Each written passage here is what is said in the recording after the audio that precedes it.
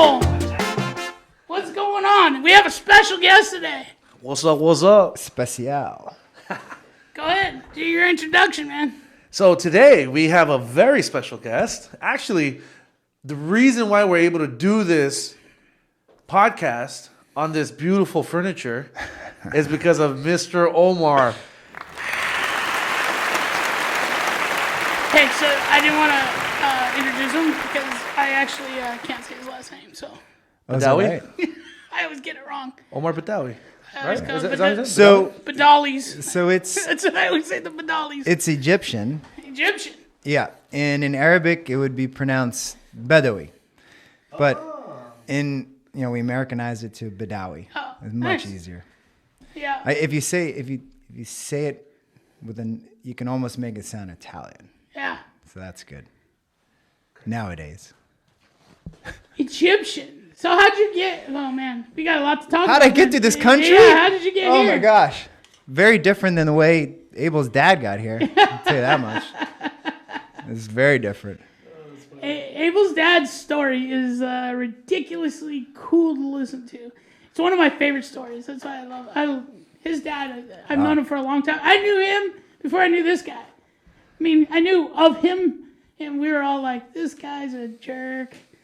When we were at the other studio. I don't know why they thought I was a jerk. I was nice to Yeah, everybody. heid pull up in his Corvette. He'd pull up. You had a Corvette? Dude, I worked hard. Sick. I worked all the time. Hey, I worked. He was a baller, man. That's Like, not Well, what does working hard have to do with a Corvette?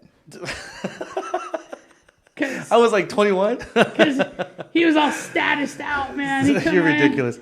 Louis So Vuitton, everything. Hold on a second. Louis Some Vuitton, things everything. don't change. Yeah, He just changed out the logo from Louis Vuitton to Blackbelt Collective. that's right. Hey, so Sir. so let's go ahead and let them know what you do for a living. Sure. And then we're gonna let them know what you do here. He's a leg model. So Dude, Mr. Omar has beautiful legs, man. So I'm just gonna My- put that out there right now. my main job is drinking coffee. I work hard at that. And then my secondary job is... He is a coffee snob, dude. Yeah. My day job, not to bore you guys, is I work for a real estate investment bank. Okay. And we joint venture with builders to build, tract homes, although that's a bad term now, to build subdivisions. And we own, the company owns a bunch of industrial real estate. I'm the CFO, so I do finance and accounting. And How come we have so many important people that come to our podcast? What, like, two knuckleheads attract all Oh, these, I'm like, a total knucklehead, dude. two knuckleheads attract these, like, really, like, smart and, like, awesome people. I don't know what it is. We're doing something, dude. Something's going on, man. yeah, you have a good women's program. Oh man, dude, he's a girl dad. So he's got 2 girls, Yep. and he's got a wife. He's a girl dad. No boys. No boys. And the funny thing is my brother and sister both have daughters. So my mother is Heavy on 4 those genes, granddaughters. huh? That's Yeah. funny. Yeah. Dang, you guys just couldn't do it. So we talked about this before. I think part of that's punishment It's a from little- college. Yeah. It's called just in a Mexican society. It's just called weakness. That's so awesome. It's Yeah, you're pretty much... in high school I was going on the path of having all boys. Oh, but man. then life got better. Mexican society is called weakness. So meaning that you're really not man enough to produce a masculine child. But don't worry, that's not how we think of you. It's so fun. I just had a conversation with my wife yesterday about how people define manly. Uh-huh. And there's someone I train with, you guys know, who rags on my ass all the time about my electric car, about my kids disrespecting me, about and then Stacy's like, but she's like, you don't even get embarrassed about it. Like, you don't seem to care. I'm like, just because all you need to be a man is confidence. That's what makes you manly. That is manly. You're just like, this is what I am, whatever. It's kind of alpha. Being That's able pretty to do awesome. that. Hey, I want to know. Like, your daughters are like young right now, great kids. But in a couple of years, man, that household, Yeah, but they're that's all why. going to be flowing at the same time, and you're going to be like, Hey, that's why he trains like he trains, dude. You're gonna need a strong for dad. the first time, dude, I've ever seen fluster in this guy's face is when Stacy went down for a couple months, and this guy came in one day and he's just like, Stacy, for the record, Stacy I've was never never. seen you fluster. That statement sounded great if he stopped it. When Stacy went down and he kept talking, I was like, oh, yeah. That's So just to clarify, Stacy was never out for months at a time. She got spinal surgery and was back up like what? I mean, no exaggeration, right? She got out of the hospital and she was already trying to move around. And that weekend we had a barbecue here, and she stopped by, and that only had been like at least 5 or 6 days from leaving the hospital. Guess what she admitted to me today? What's that? She ran. oh, She went God. running. That's not good. So what? It's good though. It's So what exactly did she have done? She had a. I'm going to get the particulars wrong, but she had a 9-level spinal fusion surgery, and she had already had a 3-level like 5 years ago. So this is the full cut, nice juicy scar all the way down the back. She had 20. I mean, I have a 28. I got to see some of those X-rays. Yeah, the X-ray pictures. Oh my god, dude! Yeah, Bionic. when It was spines nuts. like that. And then at the end, it was like nice and straight. Some people didn't even realize she had a curvature. That's nuts. They're like, I didn't even know that. I was did in when she there. was walking in here like this. Yeah, like Quasimodo, dude. I'm gonna tell you said that. I'll show you. It's the special coffee. You're so in trouble. You called Stacy Quasimodo. Stacy, we'll make sure we get it for I'm you. just playing. I'm just fine. I'm just saying. Wow. That's Superwoman, dude. Was she like Superwoman or Wonder Woman? But see, Gary can get away with that. Yeah. People just love him. Like, No, it's not that people love him. It's that people expect that crap from him. it's more toleration. They love me, dude. Last night, I don't know who was telling this story, and he's talking about a crash. And I go, and he said he was a Lyft driver, and there was a fatality, and things were happening. And I looked at him. And I Dude, said, the guy that was explaining the story to us, like, got a little teary-eyed and stuff, and saying that, like there was an accident, and You got teary-eyed? No, this guy that was explaining this, telling the story to us, and so we were all kind of quiet and just listening to his story, just hearing him out. You know what I mean? And he was just saying how 2020 was like Terrible. it's terrible. You know what I mean? And he's like, the only thing that made it worse was this, and then he's telling us his story. Somebody got hit with the vehicle. They were on the freeway. Long story short, freeway. Somebody tries to run across like the freeway.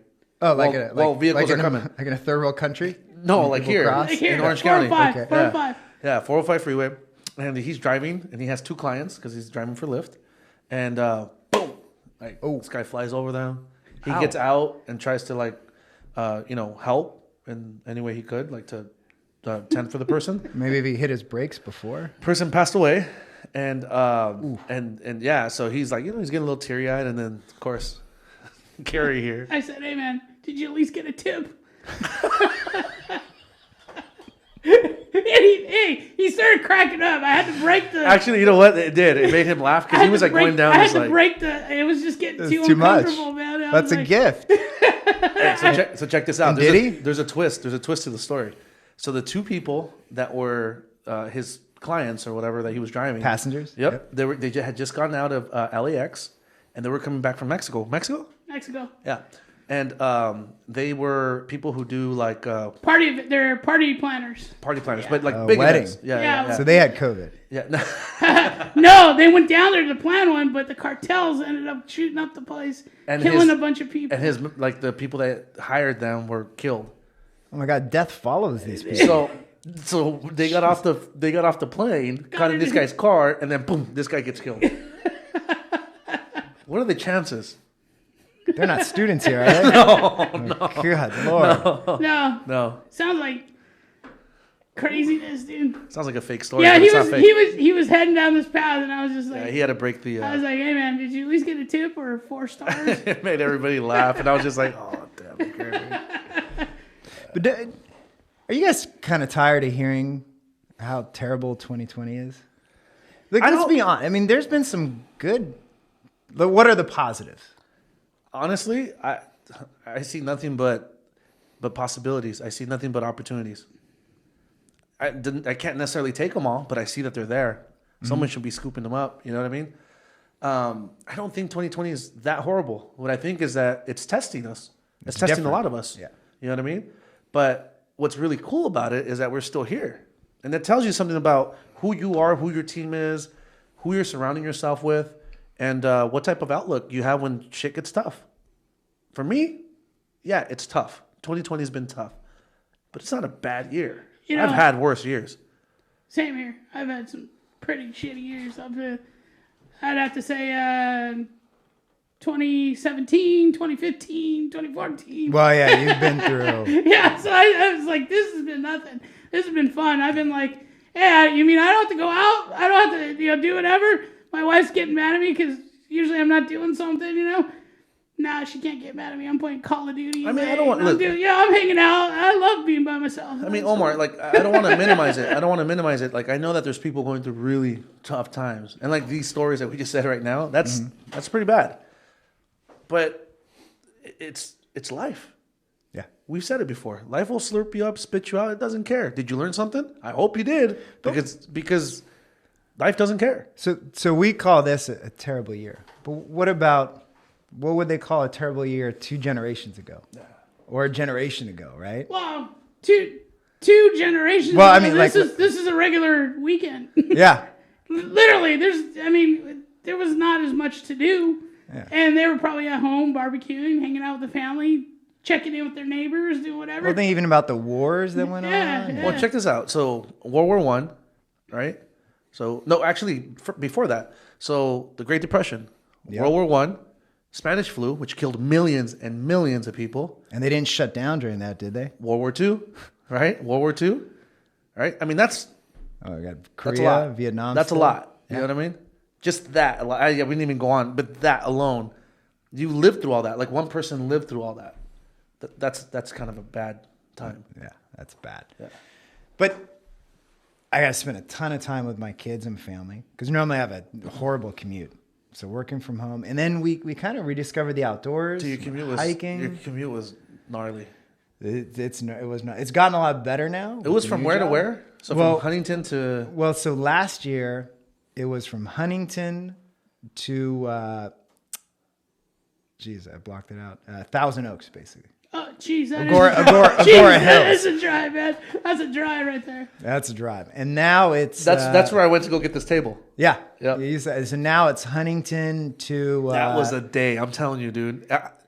I said I will. I don't care if someone's letting me have something. I will never do that again. Oh, we did Rev Gear like a week before that. I was like, "You're nuts going back out." I had to do it though.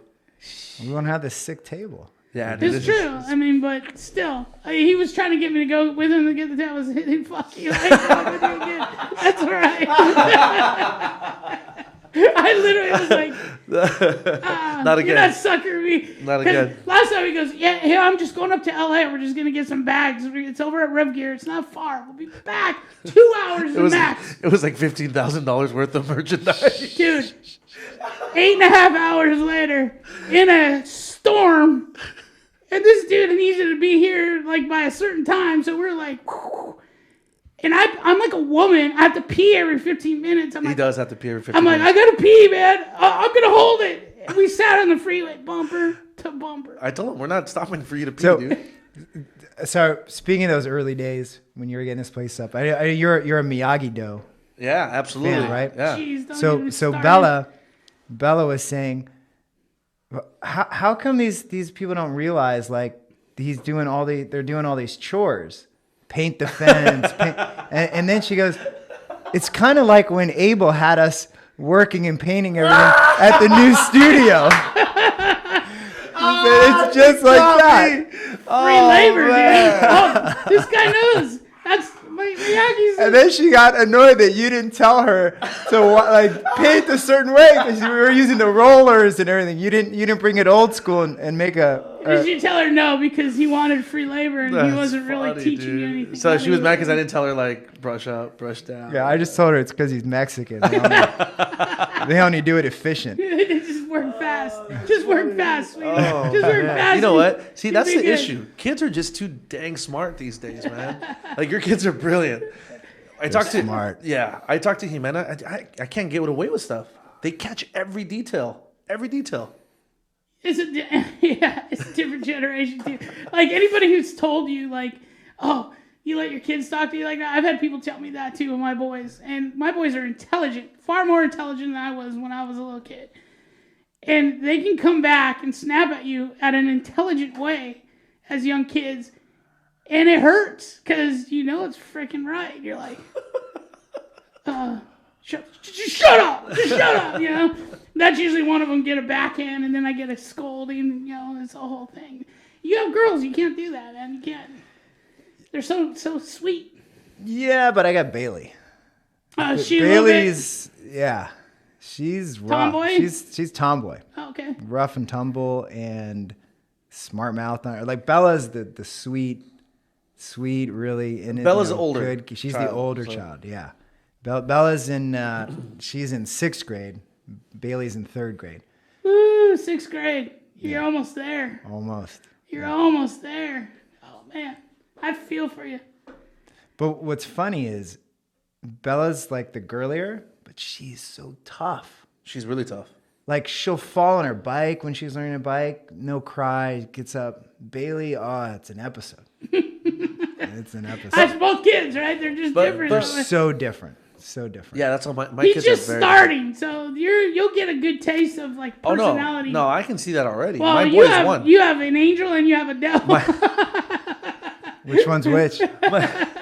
Oh, Jimena's the devil for sure. So I love her to death, but that girl is like. Whew. Baby Luca is a 1-year-old. He's about to be 2, and Jimena's about to be 4. Okay, Jimena's just a spark of just energy. Like, as a matter of fact, she goes to sleep late. She wakes up early. Like she's like my dad. She can live off of 5 hours of sleep, and she's fine.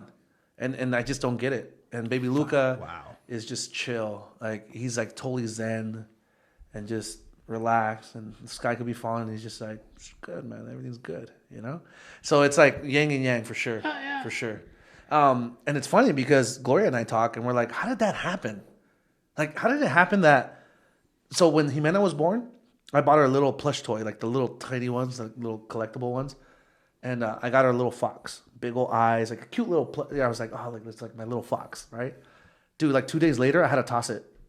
I put it aside and I got her a lion. Since that young, like since that little, she was just fiery, man. And it was because I think this is our theory. So Gloria and I were talking. And It's we're all like, the cocaine he did when he was younger. Back with the vet. wow. That's how he Back at the afforded the vet. Oh God. So our theory is He didn't deny it. Everyone noticed that. You just sweep it under the rug. Thank you. Somebody else notices this stuff too. I can neither confirm nor deny. Poor So Jimena. so our theory is that when we were pregnant with Jimena, we would talk to her and say, okay, you need to fight. You need to latch on. You need to stay on, because we had 9 losses. We've talked about this before, and we're like, okay, you need to survive. You need to fight hard. And those were the conversations we had with her. We'd go on walks, and instead of, oh, like, this is the trees, this is the grass, feel that wind, breathe that air. That's what we did with Luca. Yeah. With Luca, it was very different. Very, very different. Our approach was very different in the sense that we knew we can have kids now. Just a matter of soothing this child and just cultivating that love since early on, right? With Jimena, I was like, you're a warrior. You're going to live through this. Krav You're Maga in vitro. Dude, and she came out roaring, dude. And it hasn't stopped since. And we know that. And that's our theory. Like, that really is our theory. There's And, probably something to that. There's definitely probably something to I'm that. sure. You know, baby Luca was listening to, like, classical music, and you know, and Jimena was listening to like Eye of the Tiger, dude. Like, you know what I mean? Like, we needed to make sure that she made it, you know. Yeah, Shane's like a stress ball like me and Gabby, so I totally get that. Yeah, he's like, what do you mean? What do you mean? What? He always questions everything and like, why? Why do we got to do that? Why? Overanalyzes. Yeah, exactly. Where my older one's just like meathead, like me, like, all right, let's go through the wall. We got to lose. Let's just do it. You know? Not the first wall you've gone through. I know. I sincerely think that confidence level is built early on, you know, and it's cultivated throughout life, because I agree. I definitely agree with that. Yeah, I because- see it in his daughters Yeah, too. Yeah, same. definitely. See, we brought it back to confidence. So that's again what makes a man, not your True. car. I agree. and- Do you know these guys talk? You know how much? So we had Matt Salinas here, Professor Matt Salinas from 10th Planet, Orange County, and we mentioned right a while back. I had asked him, "Hey man, he's such a sweetheart. He's like a humble dude, feet on the ground. He's doing great. He has like 5 or 6 schools in Orange County, involved with a whole bunch of stuff. Trains UFC fighters, all this stuff. Right?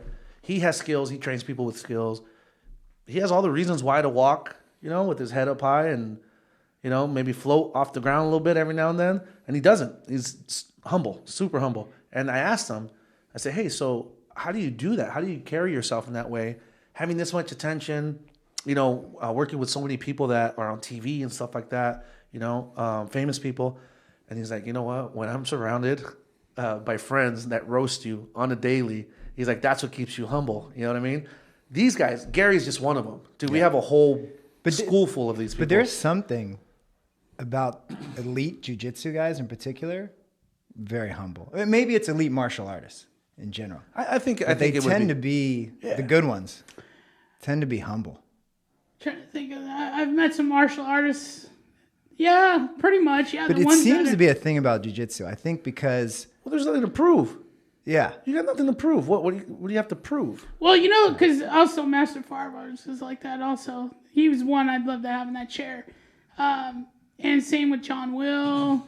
All those guys, man. Yeah, all these like high level practitioners of their sport.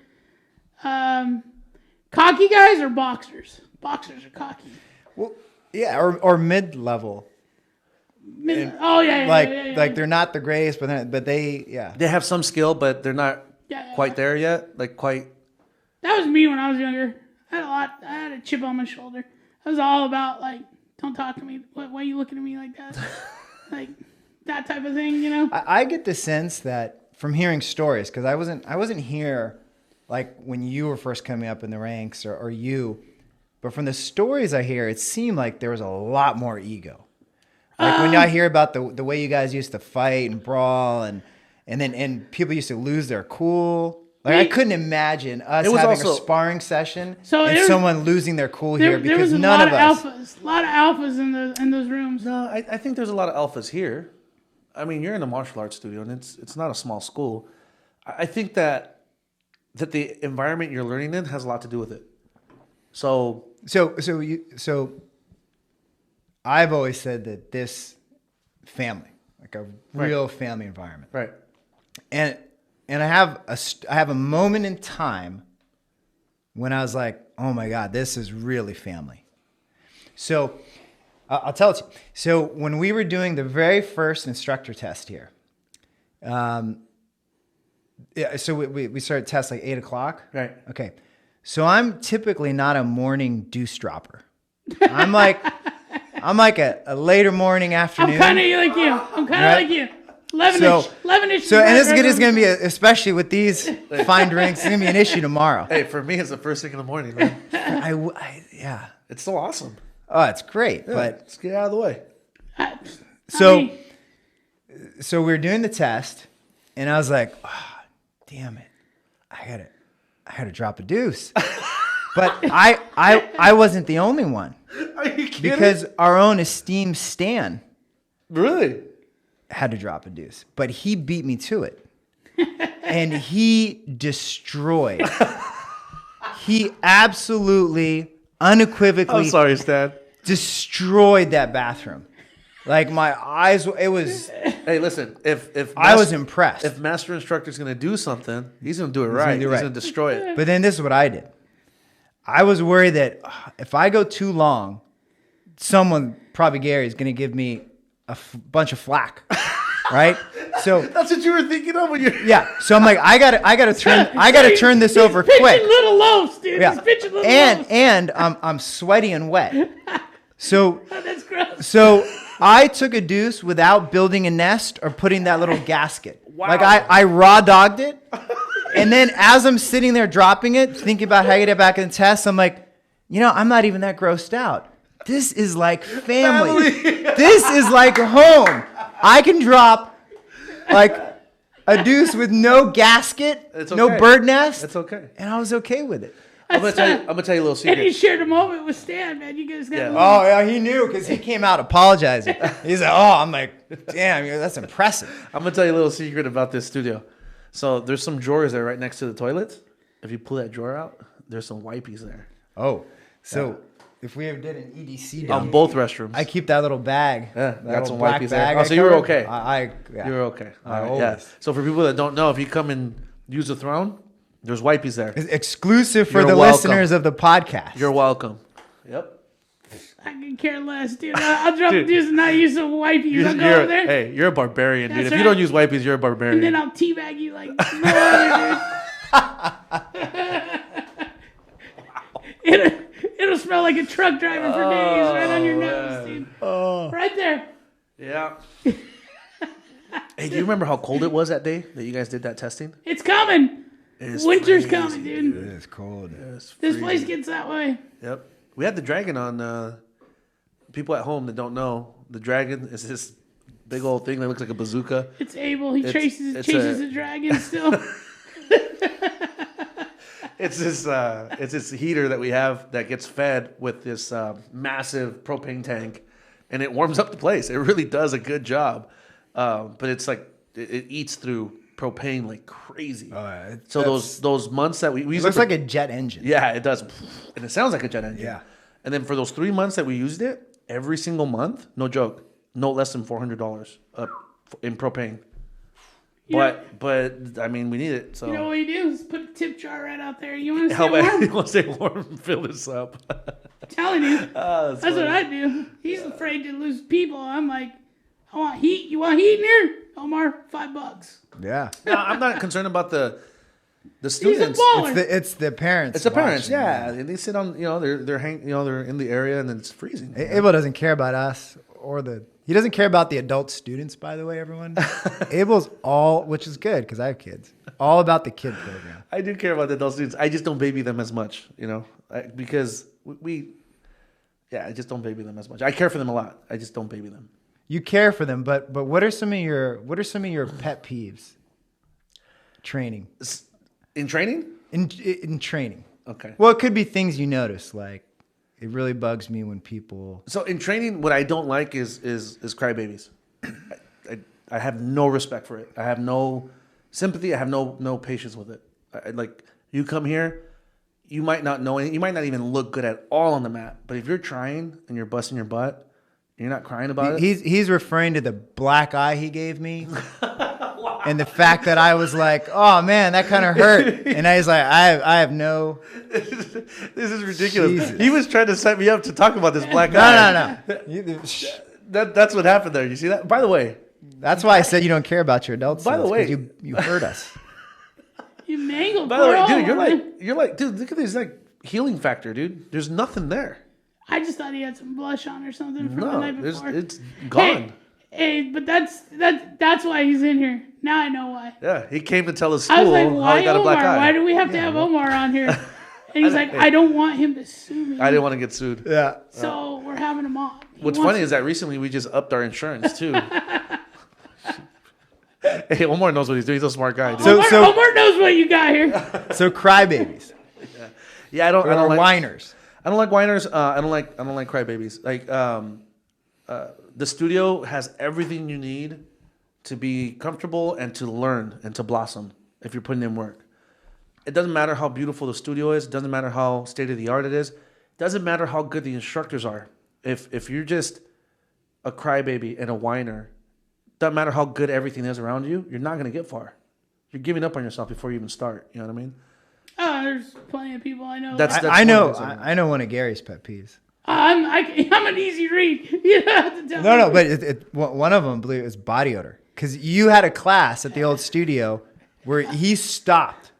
Because you did the little room, the elevator, Yeah. and he stopped everyone and gave us a lecture. Because there were some had to people. talk? I just laid There were it some down, people who dude. stunk with like white T-shirts that were now black. Like, Yep. it was much needed. So yeah, That was I'm right with you. at the other studio. That is not at this studio. That was at the old studio. But you Students know, aren't here anymore. he had cleanliness, dude. Well, because I'm fearful of that. I don't like to stink, especially when I train. Unless, okay, little story. Train with Woody, whatever. There's times I knew that we are going to probably be grappling, and I'd be like, I used to go home, run home from work, jump in the shower so I wouldn't come and wouldn't stink, Oh, Bo says we're grappling today. Oh, Woodman's going to meet me there. No shower. You're a jerk. You're a jerk, dude. And I'd wear my oldest gloves if we spar. That was strategic. That was strategic. But, yeah, there's been times, and I told a story last night to somebody where, like, I've had somebody's, like, BO in my face, and I couldn't get rid of it for, like... Oh, that's not right. Yeah. Oh. I mean, yeah. You guys, all these guys make fun of me because I have so much clothes here. Like, I change, like, 3 times a day. He's a woman. So, do you guys remember Ramman? Ramman. All right, well, I'll tell you who I refer to everyone in nicknames. So. Okay. Oh, right on. But Old Stu. I wonder what your nickname is. Baller. He said that he refers to everybody as a nickname. That's because I'm so terrible with names. We're gonna have to pick his brain on that later. So I was driving home with Stacy after class, Most and she men call me Big Daddy. Big Papa. Big Papa. She rests her head on my shoulder, and we're driving. I was like, Stace, your head smells like an armpit's butthole. Like what on earth is going on? And she didn't believe me. I love how honest you guys are with each other. Smelled herself. She's like, oh my God. And what it was Ramman's armpit. We did like a stress drill at the end. It definitely stressed. And his, because he stunk. So, and his I body think I odor, might know like who it oils, is. got on her and was stuck to her. That's not right. She was horrified. Did it come off? It did. Yeah. It was a kid. Thank God. I don't want to say his name. I was going to say a name, but I don't want to say a name. Because he was a nice guy, but... but... Really? I'm going to have to go back and edit this? Really? Total hippie, dude. No. It's not that guy. I know who you're talking about. It's not. Oh. Okay.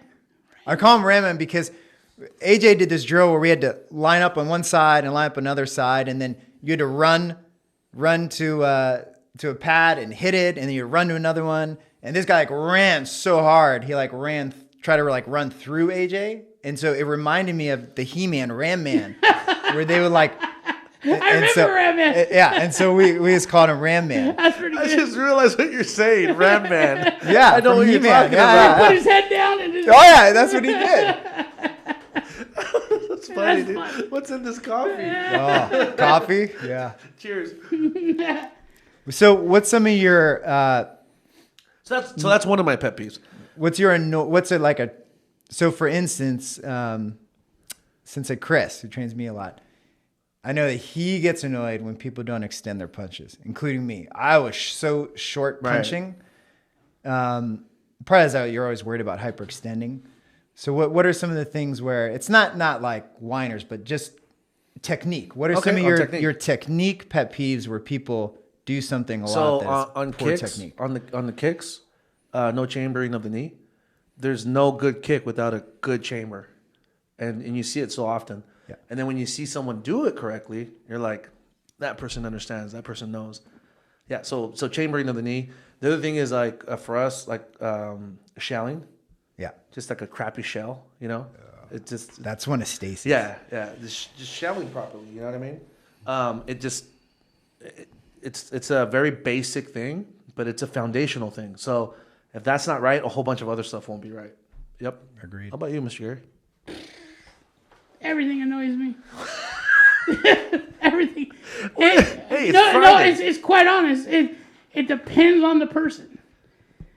There's certain people I let get away with murder and like, hey, yeah, no problem. I know that guy. We'll laugh it off. Are you choosing favorites? Or I what? do choose favorites, dude. Wow. I don't have a problem saying. No, I don't think it's favorite. I think each of those people he just doesn't care enough about, and then there's people you like, they're okay. Yeah, well, there's a little bit of that. So I'm teasing. So He's not. Gary's super loving. Oh yeah, he agreed to it. I know. I'm trying to back it out a little. Should I wave my hands? We'll edit this part. no, there's been. You know what he told me? Wait, hold on. Let me explain that.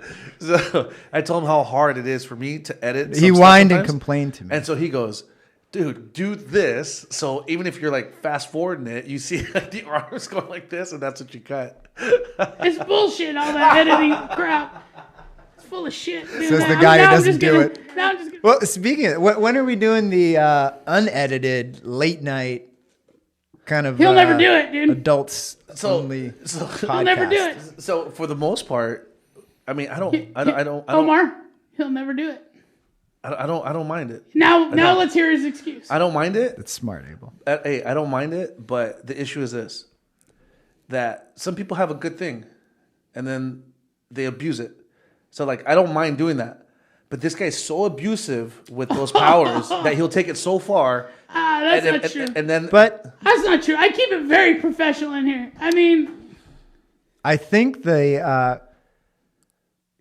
like if I started going off cursing, you should edit that. But I think your viewership will go up if you don't edit Gary. His curses and outbursts are artistic. relevant. That's an artistic expression that is also entertaining. relevant. how much did you pay this guy, man? Relevant. Hey, how much did you pay this guy? He just told me he didn't want me on the podcast because he's like, "Why are we having Omar?" He goes, that guy's not even interesting. I goes like, dude, what are you talking about? Hey, It's Omar. You know what I told him? He's always telling me, well, if you don't like it, just go do your own podcast. I said, I will. I'll I've go do never my said own that. podcast. I don't know. That's He it. has like, I don't understand where he gets these conversations that happen. I think he looks at himself in the mirror and he like has these conversations, and he just believes them after a while. It's probably true. Yeah, I've never said that. That's We probably talked true. about being bipolar. You know what? Maybe. How empty is your cup? It's about halfway.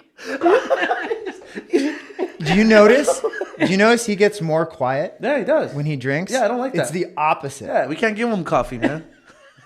It's kind of true. I like to chill out and listen to everybody. I noticed because any of the barbecues we've had, Gary's the center of attention in the beginning, and then he just kind of hermits in the corner. It's like it's a good thing. What is going on with you, man? So let's talk about censorship. This is something I fought with this guy from day one on this thing. Look how fired up he is. I do. I get fired up. I love it when he's just fired up. He's such an easy. It's like sparring. Because he's an asshole. No, that's not that word's allowed. Asshole should be allowed. I call him that on a daily basis. He does. He called him that quite a bit, actually. So you should be used to He's a it. nice guy. But so about he censorship. can be an asshole. Yeah, he's a. He pokes the bear and likes to get me going on these rants. And I don't know when to stop. And I And then can't he's stop. dismissive. You don't know. when And he it gets rants. very dismissive, and Hey, it just fucking hey, blows my mind. Hey, you don't know how to stop. You're- You're like a freight train. you're like right. You're like a You're- freight train.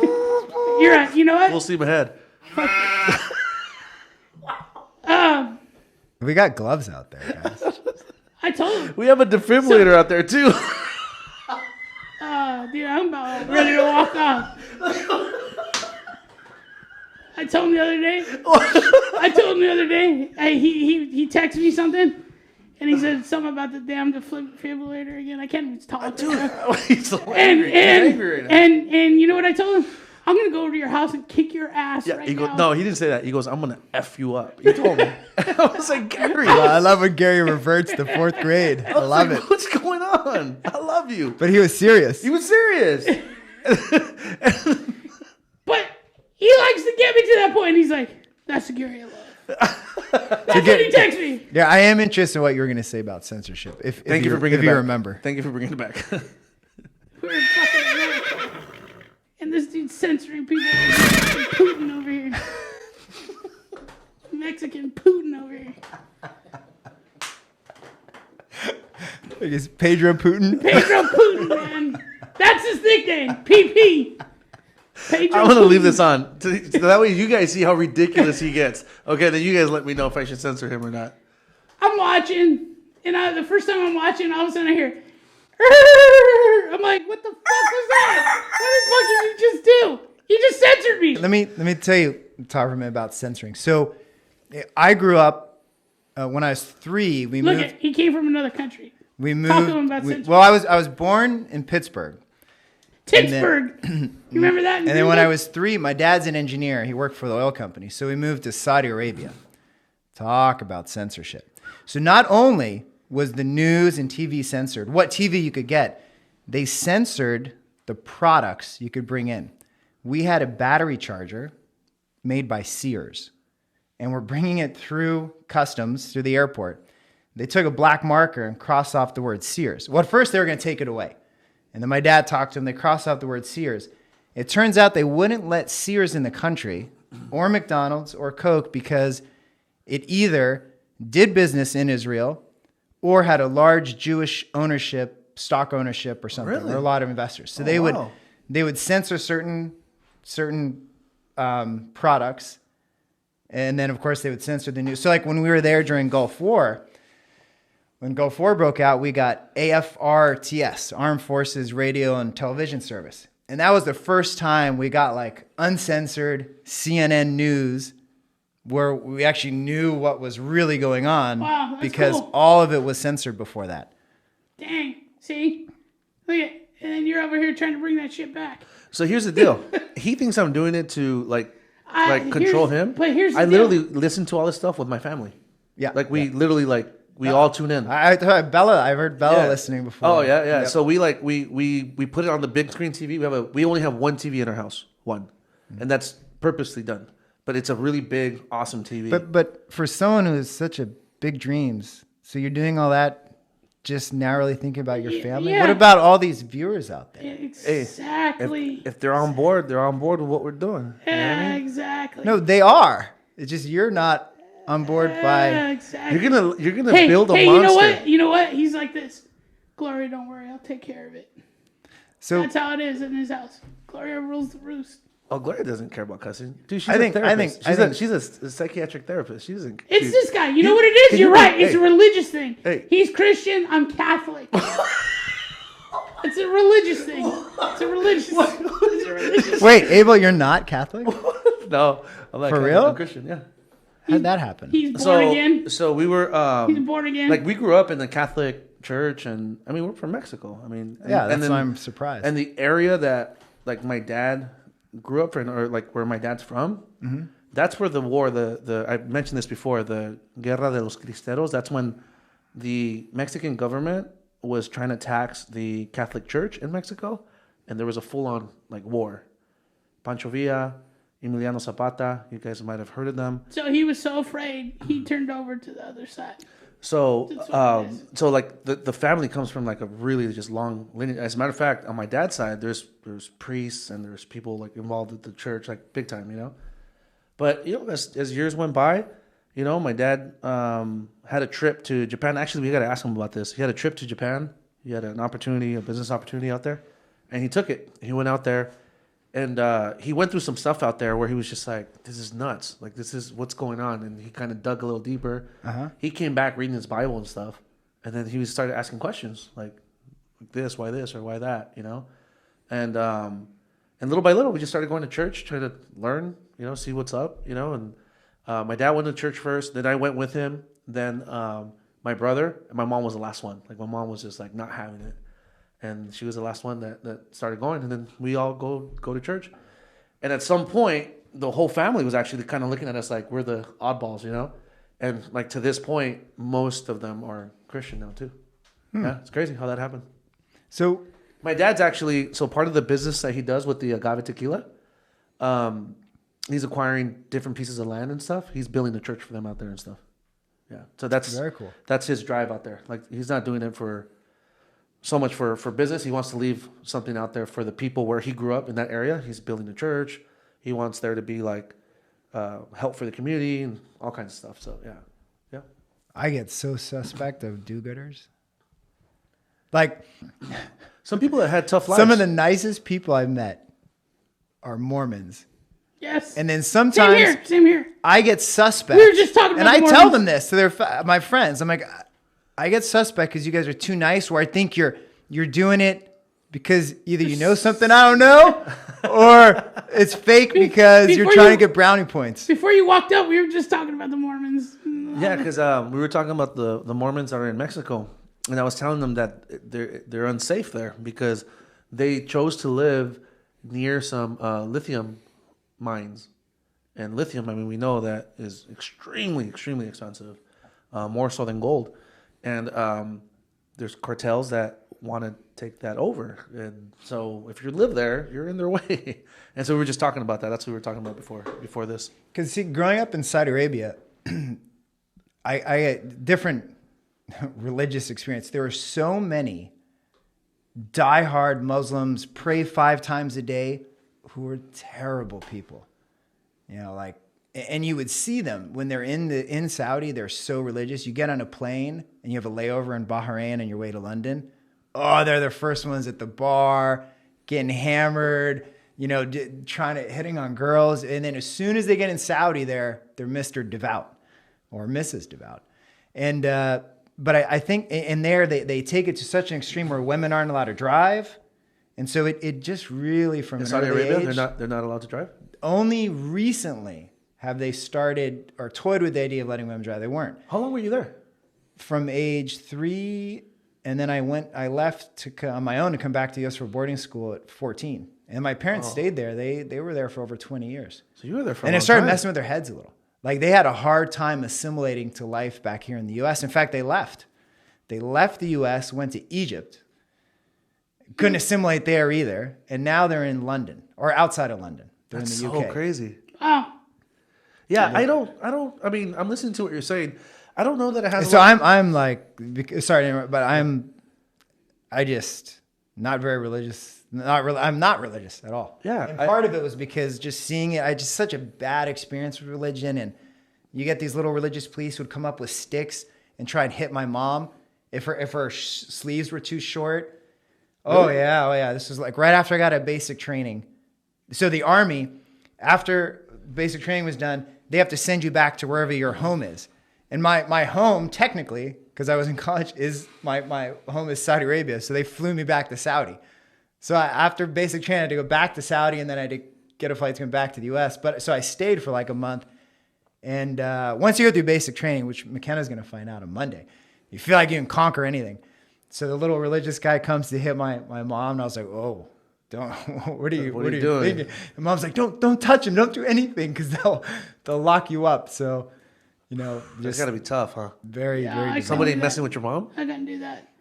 My mom couldn't do that. My mom was brutal. Dude. Oh. My mom would have probably been Yeah, Couldn't no, imagine. I don't know. Like to say, like to follow up on what you're saying. too good. There's a reason why. Too good. There's like for my behalf, there's no preaching. You know, I just try to live a certain way. You've never preached it. No, I don't like to because I'm gonna fall short.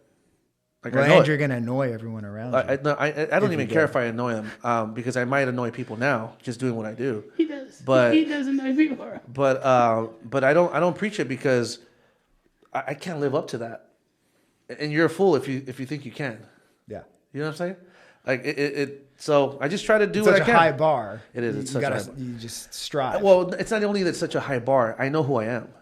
This is not like I've talked to Gary about this. Like who I am every day on the mat or here in the studio is a very worked on part of me. Like I'm not naturally like that. When my brother was here, he even said it. Like, dude, this guy is like wild. He's not scared of anything. That's just naturally how I am. Like I He want to wild out. self-censorships himself, dude. Because there's stories that you can't pull out of him. I know. That's why we had the alcohol here. Yeah, we gotta get that out You of guys here. are drinking alcohol? You guys are not drinking coffee? You can't pull that out of him. No, we're not drinking coffee. So let me ask you something. We're not Omar. drinking Jesus juice either. He is. Yes, Mr. Gary. He is. He's drinking the juice. Anyways, sorry, I just made myself laugh right there. If you're a young man, say the ages between 20 through 25, and you're living in Asia, What's he talking about? you'll wait till I get there. Okay. Would you have a wild time? Would you be like somebody who's just calm and just letting the world go by, or would you be a guy out there just like, let's go? One night in Bangkok, right? That's right. I'd So have where fun. I'm going with this is, we had a discussion with Brett last night. Nice 2-hour discussion. Do you get him to agree to cut his hair? No, he won't do that. We got to do a video for Queer Eye for the Straight Guy and Makeover Brett. Anyway, sorry. But he tells us that he never did anything in Asia. Like, he was never in Taiwan. He was like this angel. Oh, I knew this guy, I knew that guy, I knew this guy. But we want to know the inside. I'm trying to get Omar on our side. Just start poking the bear over there. But if he, let me ask you this. If he did, would he tell us? No, he hasn't told us. And it's do you think it's really because he didn't? Or do you think it's because he just won't tell us because he doesn't want to admit that he was like the rest of us? Or like you and I, at least. I think so. I totally think so. I think he doesn't want to admit that he's a regular dude. Well, we got to let him know that lying... Yeah. God's not gonna be happy with him if he lies. And I don't think it's that. Doesn't tell us about his conquest in Asia. I don't think it's that. I think that because I spend a lot of time with Brett. You know what I think it is? I think that, like, just like me, there's things that you're not proud of. Maybe. So you I totally agree. You assume he's a man. Like, I'm with him. He's a man. Like, I mean, I'm with him. Like, you know what I mean? Doesn't mean. Look, listen. Look. And he was like he was married or anything. No, he was a free man. So listen, so like we've all... He was a dreamboat, man. Baby blue eyes, blonde hair. Come on. Women were throwing themselves at him. And there, he was considered tall. So now he had a height added to it. What is he? I said, hey, man. That's Brett, exactly what Gary said last night. I said, hey, Brett. Did you guys talk prior? This is insane. Now I got two Garys that I got to figure out. I said, hey, Brett, what was your nickname there? Shaq?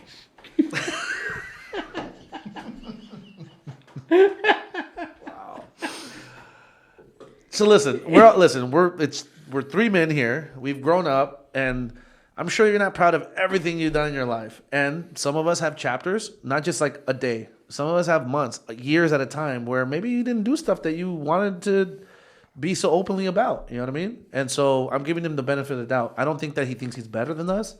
I don't think that he's trying to preach anything. I literally think he's not preachy. Yeah, I literally think that he's just a man that doesn't need to talk about everything that he's not really happy about. You know what? That he did. That irks me. You want to know what irks me? That irks me. Why I've noticed or I've observed that, look, my only martial arts background or experience is Krav Maga and with you guys. I wrestled in high school, and that's not really martial arts. So, but I noticed that's still... It's American martial arts. But it's not. There's no wax on. There's no Miyagi. But why Krav Maga in particular? And it doesn't seem to be just at this school. It tends to attract a lot of really, I don't want to say fanatic, but really religious, kind of devout people. Why is that? I don't know. I don't have the answer to that.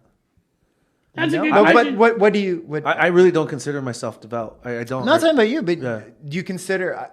So from my perspective, being extremely undevout, I just feel like religion is very important to a lot of people who practice Krav Maga. I don't know if it's the Israeli tie, or maybe But do you mean here in the U.S. or do you mean like over there? Well, I don't know about Israel. That's why I'm asking. But I just noticed in the U.S. I don't. And it's not just this Krav Maga school. I don't really know Jewish people that have Krav Maga schools. I know like U.S. people that are Christian that have. Well, it's mostly Christian. Oh yeah, a lot of. I think it's maybe the connection to maybe to Israel. I don't know. Honestly, I don't know. I started doing Krav Maga because at the time, and I've spoken about this before, it was something I needed in my life. Like I've always wanted to do martial arts, but during the time I was like going through some tough times, like personal tough times. And when I was able to hit stuff and just like I was praised for, hitting something really hard and being aggressive, like that for me was natural. Being a man. Yeah. That for me was very natural. Uh-huh. And then they put me in a suit and had me attack someone full on. Like for me, that was fun. Like, dude, and I was blowing off this sting, right? This chip on the shoulder that I had. You know what I mean? So for me, it was extremely helpful. It had nothing to do with religion or anything like that. And like I said, I know that for like Gary sees me as like a Christian or whatever, but I've never even said that I'm Christian. I believe in God and I have a close relationship with God because I think that everything that I've gone through up until this point is for a reason. That's just what I believe. But I don't preach or I don't do any of that. I just try to live a certain way, and if that can help somebody, fantastic. And if it doesn't, and if it gets in the way of somebody, I'm sorry. That's just what I do and who I am. But yeah, for me. It has nothing to do with being Christian or whatever belief. the ownership of this school is sincerely because I want to do something in the community. And when I'm gone from this world, I want there to something to be left, like behind that is doing something good. Maybe make up for some of the stuff that I did in the past. That's all. That's Such as? Well, it's just growing up, being a man. Him and the donkey that one time. Dude, there's got to be stories. I'm going to get it out of him one of these days. It's going to be one of these days where I'm going to have to out-drink him somewhere. And He started getting into it early on where he talked about, and this is where I knew Abel's story. When he started talking about how he was the man in high school. He was super popular. He was running around with his friends. He was just knocking out chicks. Didn't you say that? I've never No? said Oh. it came off that way. It came off that way. It came off that way. You were just, yeah. Wow. So that's when he used to pull up in the... It sounded like you were King Kong, and now I found out you got a Corvette. Yeah, But when Corvette is in a back seat, so that wasn't a good choice for you. That's just somebody that needs to get to an office quickly and do some work. Yeah. No. This guy, he came in and it just all the guys have been working there, working hard, and it was a little bit of alpha dogs all in there, and he'd walk in and be like, who the hell is this guy? What's funny is that they didn't know is that I was there before them. Probably, and that probably is wasn't. true. You know why? Because he was a baller and he took private classes. I was there way before all of them, so they could talk all the smack they want. Yeah, but then he left. No, And that's not true. I never left.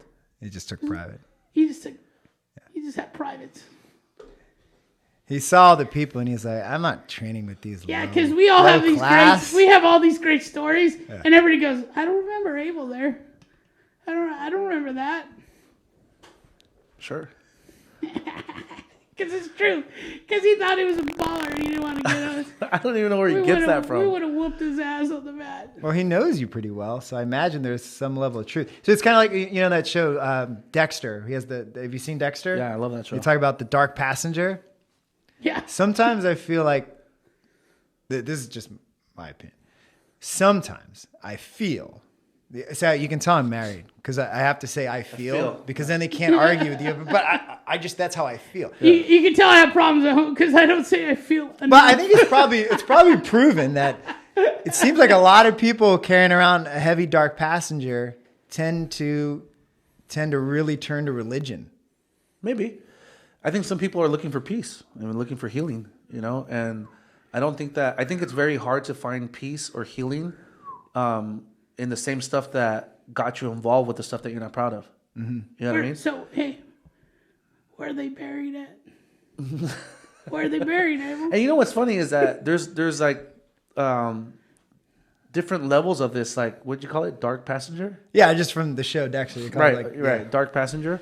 There's different levels of that. Like, there's some people that maybe went out a little bit too much, drank a little bit too much, but they never really screwed up their life or anything like that, but they're just not proud of that. Yeah. And so that dark passenger, definitely there's different levels to that. Because there's some people that have real stuff that like happened to them. Yep. I know people that have gone into accidents where somebody lost their life, and it was because of either substances or whatever that was. But like, so the dark passenger kind of A friend. analogy that you're saying Hey, Omar. is it's definitely different levels to that. A friend went through that. Yeah, Wink, no, wink. I was never involved with any of that. And he always jokes around about like, what were you saying yesterday? That your chapo. He always throws a drug reference in there, like because he says like, oh, you drove a Corvette, you were involved with real estate, you did all these stuff like things like when you were really young. So I just picture And like I never Wolf of did. Wall Street, like I never did drugs. So your oldest, Even till today, I've never done drugs. your longest. So are there any close friends from high school no, he cut or him even off. middle school that you're still close to? Yeah, actually, He won't bring him around. Cut him off? most of my friends, or most of like the people I consider family, they've known me for a very long time. Like so, from like middle school, like where I grew up, we all still know each other. We still all talk. Because I haven't met since college until I started Krav. Never met a single friend from like college. So at 20 until I started here in my late 30s, no friends. You just don't. You're not in an environment to meet people. And What do you mean? You haven't made new friends? No, not until I started doing Crop, and then I get to know you. Got it. And one of the goes back to like being family, right? One of the things I love about here is sitting around. It's the brotherhood, and the only close friends I've ever made in my life since college have been here. Yeah. I'll give you an example of like one of my, what is it, Dark Passenger? You said? I'll give you a really good example of that. Okay. So you might understand. I'm giving this to Gary so it doesn't bother him at night so he could sleep comfortable at night. Mm-hmm. So like one of my dark passengers or something that I think about almost daily. And it might be one of the reasons why I work so hard nowadays, or take pride in that work, right? It's like, so I bought my first house when I was 18. Okay. That was my first like investment. I was 18. I just had gotten my real estate license, but I was already doing real estate background stuff with my dad since I was 14. So by the time I was 18, I had some knowledge, like solid knowledge about how to do stuff. You know what I mean? When it comes to finance, real estate, escrow, all that stuff. Don't get me wrong. He's probably he knows business. Really well. So I bought my first house when I was 18. We flipped that. I remember the first check that I got was, and I'm not saying this to boast. I'm saying this so you guys get an idea, and I'm gonna tell you what that dark passenger is. I made $40,000 off that first sale. Okay, for an 18-year-old, that's an incredible amount of money. Okay, especially for any age. For like where I grew up, you know what I mean, coming up, and for my dad, it's something normal. It's something that he did, but he let me in on. You see, and so then from that check, we split. I gave my dad half of that, and then what we did is that money, instead of spending it or whatever, we just put it back together and we reinvested it, and so on and so forth, right? And so that was when I was 18. By the time I was, 24, 25, I mean, I was doing pretty well. I was doing pretty darn well. And my goal was to retire when I was anywhere between 40, 45, based on like the investments that were going on or possible land purchases and stuff like that. Like it would have been all fine. What I chose to do with that though was to live it up. Like I was living, like, so this money that I was making, that was coming in, I was spending as it came in. That's how I was spending it. That's how I was living. And so when I look back now, even through this like COVID era, I can't stop but think about it every single day that in maybe a couple years, I could have paid off all the properties. In maybe 5 years, I could have invested in even more like commercial land and residential land. And and even through this, I would be laughing. Yeah. And my wife and my kids, they'd be on literally on a Cadillac just cruising it. We should have like a video right here of Matthew McConaughey going,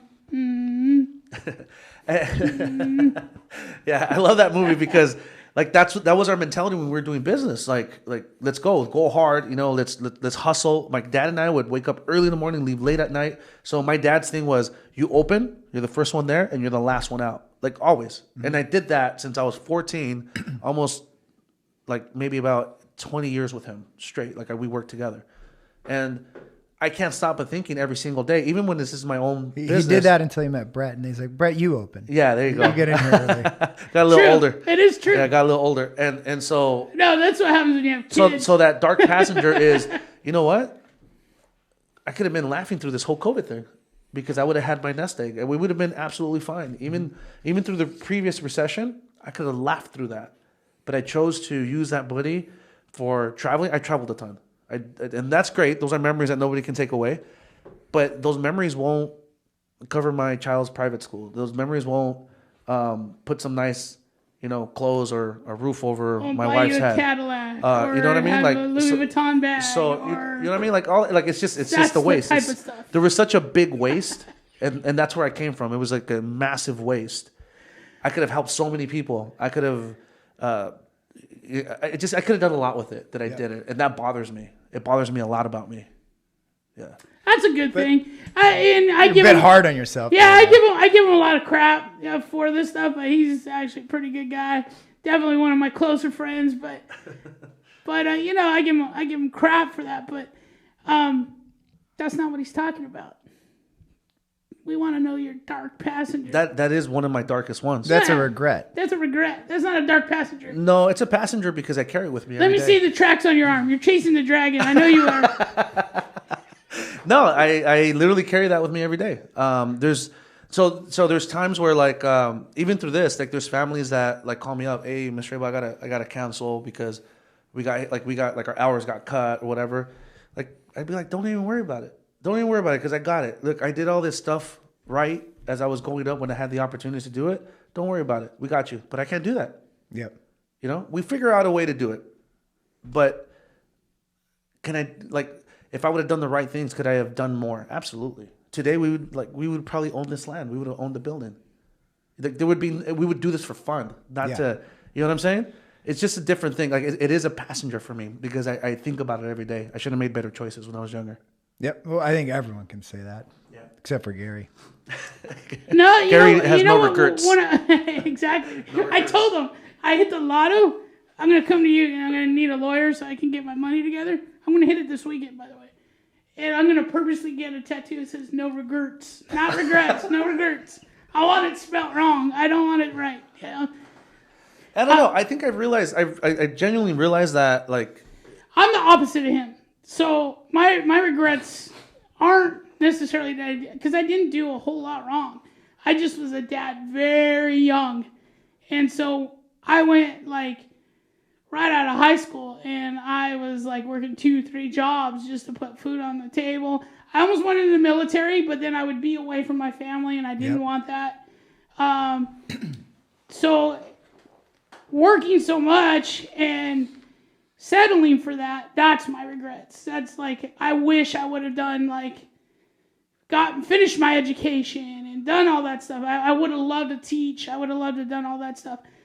And I tell him now, like, I'm a slave to the government. So it's like, man, I just want out of there. And hey, one day I'm going to be like a second and I'm going to be running a couple schools and doing whatever. And that's what I want to do. You want a hobby live. That's right. I want a hobby life. So like Omar, like you saying that. I mean, like anything that comes up for you, like I mean that you think of that is a passenger, not a regret. Regret is for me. A regret's different than the passenger is something you really do think of. We should really ask Stacy about this one, not Omar. No, I think I would have had I not met. So I met Stacy after I was out of college. She fixed you up, and she was just finishing up college. So she's 2 years younger. So yeah, I mean, having a good woman is everything. You know, listen, my life turned around when I met Gloria. So I met her young enough where I didn't get to live like crazy 20s and 30s, but I definitely would have.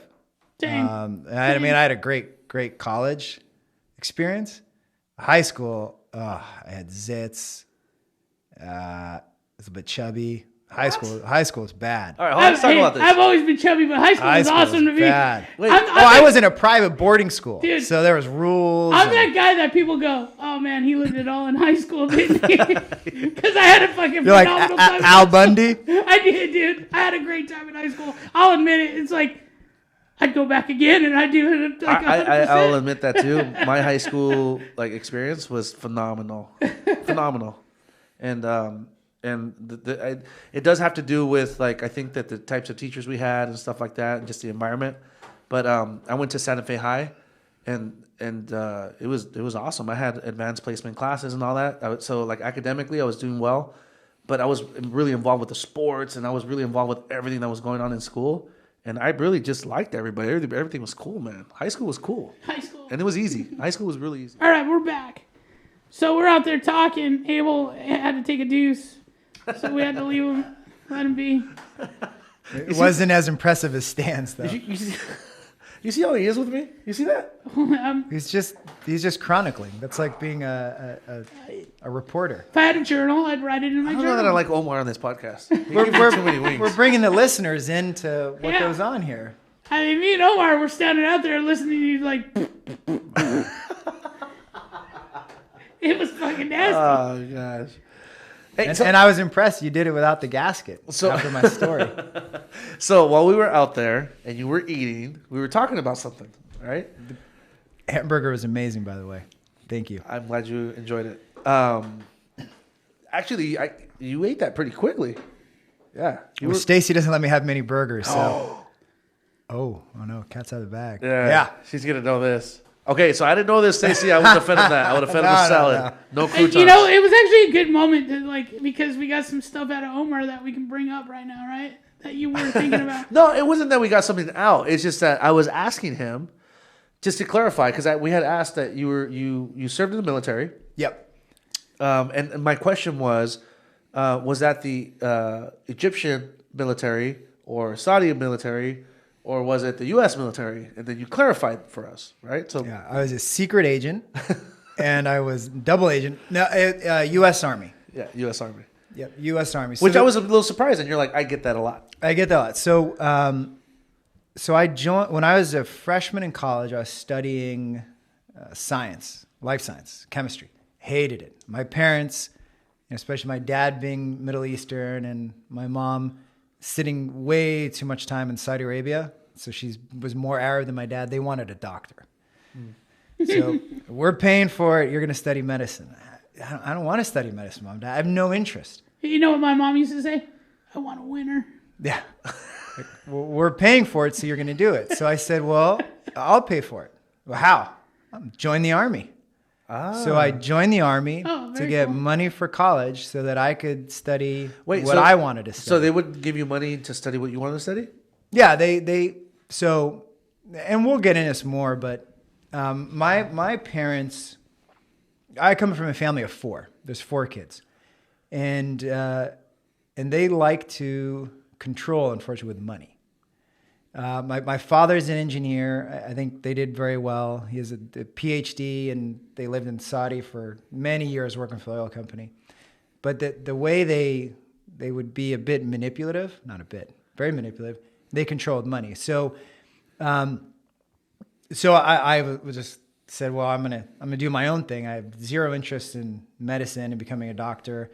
And they said, well, and this is all conversations going on with them sitting in Saudi. I'm in the U.S. That's back when you had those MCI cards. You had to call long distance. So I went and I joined up, and I did similar to what McKenna's doing. I did it was Army Reserves. So I went in the summer, and then I did AIT, but I did it for about 6 years. So they weren't very happy about this. They weren't happy. No.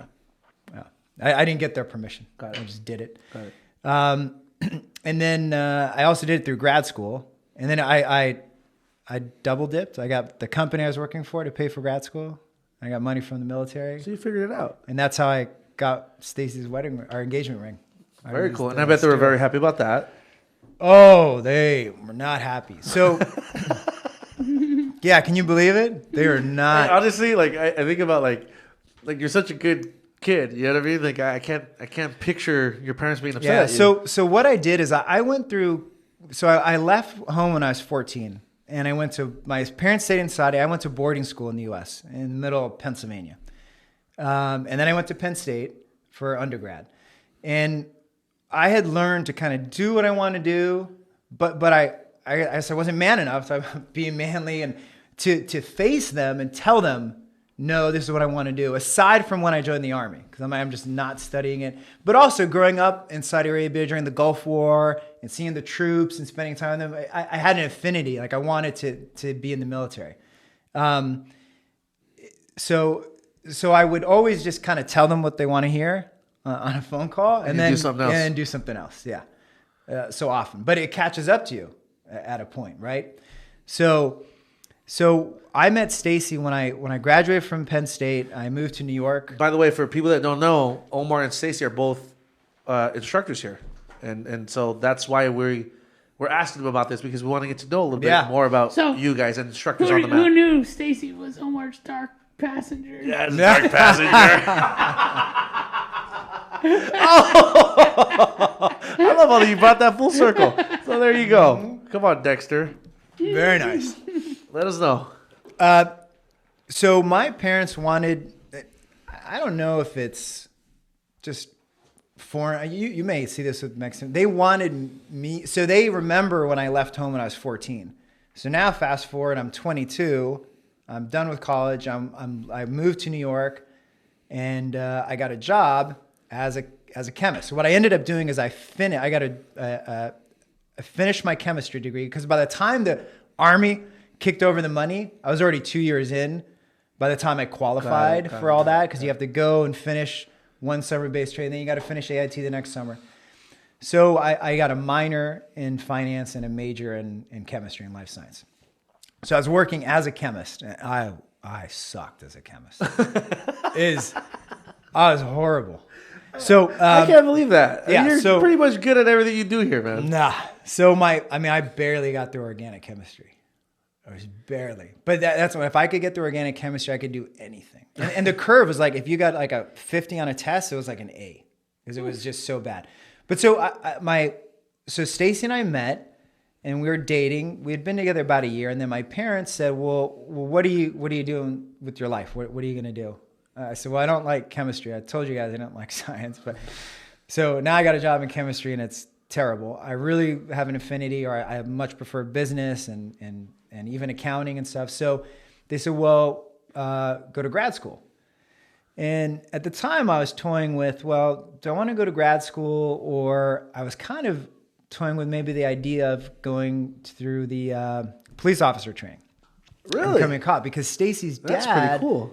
is a homicide detective in New York. I've heard that. So my parents are like, you're just listening to this guy and drinking his Kool-Aid, and that's a terrible job. And what are you going to do? And Stacy's a bad influence. yeah. And my mom had the impression that if you study business, that's risky. Like the only safe thing to be in life is in the medical profession. Be a doctor. Yeah. Otherwise, everything else, and I guess you'll settle for a lawyer. Everything else is just risky. You could, and so my dad is highly educated. My mom, not so much. They didn't go to college. She met my dad when he was in getting his doctorate degree in Scotland, but she wasn't educated, and her family, like her dad was a drunk and abusive, and it just, a whole line of misery there. So for her, it's like security, and she always regretted not going to school. And eventually, which I was very proud of her, when I was a kid, she did correspondence courses back in like the early 90s. Oh, wow. Finished her degree from Saudi Arabia. Nuts. Yeah. So they said, well, you need to move to Virginia. They finally retired from Saudi Arabia and moved to Virginia. I don't know why Virginia. That's a crazy. That's Virginia is very political over there. Also, it's close to Washington D.C., yep. So I kind of get that. I have family that live in Virginia also who are in. Yeah, but if you can pick anywhere, why Virginia? Especially in the United States, and yeah, I don't know. That's a good question. Interesting. Hey, we gotta have your parents on now. Yeah. and so they wanted me to move to live with them, and my father, this is so. You know what it is they were trying to keep tabs on my you. father wanted me to start a gas station with him. Interesting. Like, Dude, you'd probably be making money hand over fist. probably, now. right? So I had zero interest in doing that. And I think what happened is I when I left home, I was 14, and they still looked at me like, oh, here's our son who's 14. Now it's time to come back home. Yeah. Now we're ready for you. Yeah. But I was like, well, I could have been buying Twinkies from Omar at a gas station right up the street. Dude. Yep. Gas station. And I had just And lotto tickets. Hey, do you got lotto tickets? no inclination for that. But Dude, it would be like the most beautiful gas station. Have you guys seen this guy's like house and like the way he like it's just. No, I've never been there. He only invites people he likes. Yeah. Yeah. No, the way that like have everything placed is there for a purpose, and it looks beautiful. Really? And yeah, it's just awesome. oh, yeah, we just got a new sofa. You gotta come. Are you check it out. serious? Yeah, it's like like if you're looking at a magazine, that's his house. Nice. Yeah. That's from Stacy. I can't even I don't know about match that. colors. And but remember, I never really stood up to my parents. I just kind of ignored them. Like they would say, I just do what because it was I just had to interact with them on a phone call. But now they're living here. So I told them, okay, I'll move. So now you got to face it. I'll move to Virginia. Oh, wow. And I'll go to grad school because I've only been with this pretty hot blonde chick for like a year. I'll get other girls. Yeah. There's one in a million here in America. Bunch of blondes. Bunch of them. So then my parents showed up to move me one day. And I told Stacy like a week before, oh, by the way, I think I'm going to move to Virginia and do this and that. And she's like, what the, really? Oh, you broke her heart. Oh, That's man. rough, right? And so then I called my parents and finally stood up to them like 2 days before they're supposed to come get me. I'm like, yeah, change of plans. They're like, well, what are you going to do? What are you going to do with your life? I go, well, I'll go to grad school here. I'll figure it out. I have a job right now. I'm just dating a hot blonde. That's all I want right Yeah, now. I got a hot blonde. I'm good to go. So they showed up the next day. Oh yeah, they're probably like, dude, no, we're gonna go with a talk U-Haul. to them. Like they drove down from Virginia and they start moving the shit out of my apartment, And then I'm like, Mom, Dad, I'm not going. My mom had a whole episode, just like a freak out, right? So it was getting a really bad she goes situation. Like this, what do you mean you're not going? Oh, but what do you mean you're not going? Yeah. Get in the van right now. That's what I pictured. I didn't drive down here from Virginia to sit here with you. With the blue face. Oh, blue, yeah. With the blue face like Braveheart. Full strong accent. That's what I pictured. And I was just sitting there screaming, freedom! So if you guys missed it, his mom is from Scotland. And Omar still wears a kilt when he comes in here. Funny. Oh, I should. A short one, please. Yeah. So I didn't want to. Those I beautiful didn't know legs. what to do, and you have that respect for your parents, right? course. So, and Stacy didn't. She's like, well, but you told me you don't want to go. They can't just force you to go. Like you're 20. You're a man. Like what are you doing? You're a man. Wasn't quite a man yet. So I like that. So I laughed. You You're a were man. pretty much stuck in the middle of something bad. something bad. So I went with my parents, Yeah. and I moved back, and then my Damn. Moms, dude. Moms will do that. moms will do that. Yeah. Mom's got strong wills, man. So I ended up getting into grad school there. And then I told my parents, all right, well, look, here's what I'm going to do. I'm going to go to grad school, but I still want to be with Stacy, and we're going to get together, and she'll move. And I talked to her. She'll move down here, and she'll do grad school here, and we'll live together and everything. My parents wanted none of that. Wait, I mean, so- it came so- down to my mom saying, So was it a logistical thing or was it a Stacy thing? it was you're my son, you're going to do what we tell you to do. Got it. So they didn't care whatever. Oh, they thought they became Saudi Arabians, man. They became, and they wanted me, they wanted, and it's like defaults to money with them at times. We're like, well, we helped you pay for your car, which they did. And I worked in Saudi doing refereeing soccer games and swim lessons and everything, but they imagined they did. And the money you and Stacy would pay on rent, even if you were paying half of it, you could give that to the family, and we could do a gas station, do some kind of business. It wasn't my parents were hurting. This was the first time where they saw money coming out of their account. Because in Saudi, you don't pay utilities. You don't pay rent. The company gives you housing. Oh, so they saw. So now They saw you as an extra part of, yeah. the income coming. Yep. And so I literally said, okay, enough is enough. You take the car. I packed up my military duffel bag. You gave them back like the car that they said that they oh, helped you this with. is what you're Well, holding that's over the me. cool thing about Take Virginia. it. There's a bunch of trains and buses and stuff Yeah, that you can take around. take there. it. All that, it's all yours. I packed my military duffel bag, and they lived in a gated community with a golf course. I walked across the golf course, and one of my friends from college, Heather, was with Stacy because Stacy didn't have a car yet, and Stacy had just come from Virginia. She got into a killer grad school. I mean, that's just how much like force of will she has, and she moved down there not knowing if I was gonna make that leap and Or not. leave my parents. It She was sounds betting terrible. on you.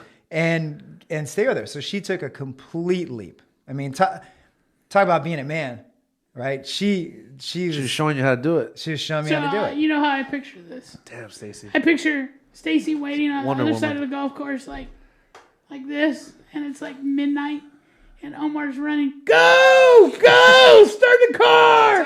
Go! Pretty much. Start the car. Close, flying out on the golf course of his privileged parents' house. Yeah,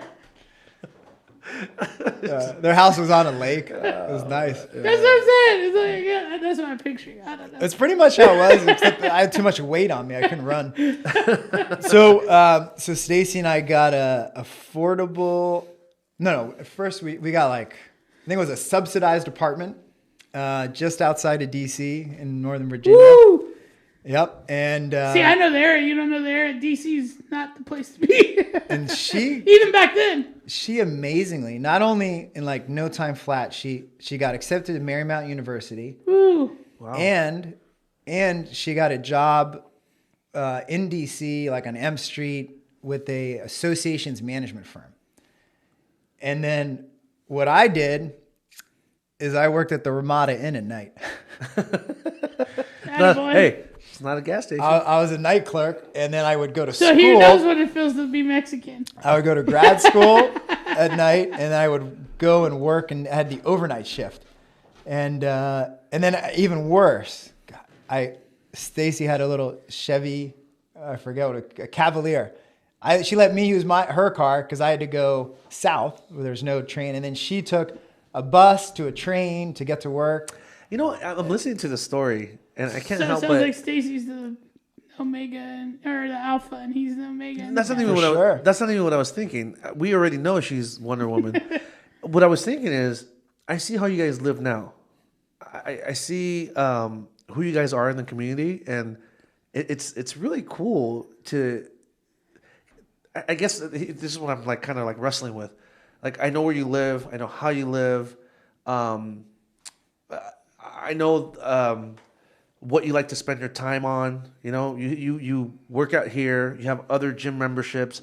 We were talking about doing the lap pool, right? Yep. Like, I know what you spend your money on, and it's very few things, but it's things that you like to do, and you live very well. Like, you're the way you live is awesome, and it's very comfortable. And it's kind of cool to hear this story where it wasn't very comfortable at all. No. And you guys had one car, and you guys were both using that car, and you guys were kind of battling this like empire, right? Like, you could have had it all. You could, like, all you had to do was to just kind of bend knee and be like, yeah, you know what, Dad, Mom, okay, whatever you guys want. And you would have had it all. But you were trying to figure it out with your woman. Live under oppression. Yeah, but you were trying to figure it out with your woman, and you guys did how figure it cool out. would that have been? That's just, it's awesome, man. Like, it's so good. Running a Slurpee machine. Just slinging Slurpee. Yeah, man. How cool would that have been? I mean, listen. Putting new hot dogs on every hour. And that's not to say, like, listen, if you would have had a gas station with your pops and your mom, that might have been cool too. But it wasn't what you wanted. It wouldn't have been cool. It wasn't what you wanted, and it probably wasn't what Stacy pictured. It wasn't the life that she pictured for both of you. Right. Yeah. For sure. So my parents did the thing where they excommunicated me and we'll never talk to you. And so for 3 years... That's got to be heartbreaking, man. 3 years, I can't imagine not talking to my parents for that long. But then they went a step further where they told my little brother, who's really close to me, that you need to cut off your ties with Omar. Oof. And if you don't, we'll cut off money. And he's young. I mean, he was still finishing up college. So he, Dude, I can't have so that. he told him, well, I can't do that, but he had to pretend like he was, and we had to I literally had to meet him in secret, and it was, so that's that manipulation. I'm sorry you went through that. Oh, thanks. Yeah, I'm sorry. I really sincerely mean that. I mean, you see how Stacy went through. I mean, she had to make the leap, and she had to deal with Well, I guess that's what I mean when I think of verbal you. abuse I from my mean parents. both you and Stace, because I'm sure that she had to be extremely loving towards you and extremely patient with what was going on, because I'm sure she wanted to live her life with you, and she had this monster obstacle, and that probably haunted you guys for a while. Yeah, and my parents didn't come to my wedding, and my dad was in New York. He was like 30-minute drive. He just wouldn't come just out of I'm going to prove a point. It's that old school, like even when I was a kid, where you get in trouble with your mom. She gets that wooden spoon, breaks it on you, and it's over, right? She hits you. My dad did you get the silent treatment, and you're in trouble for like a week. Like those drawn out.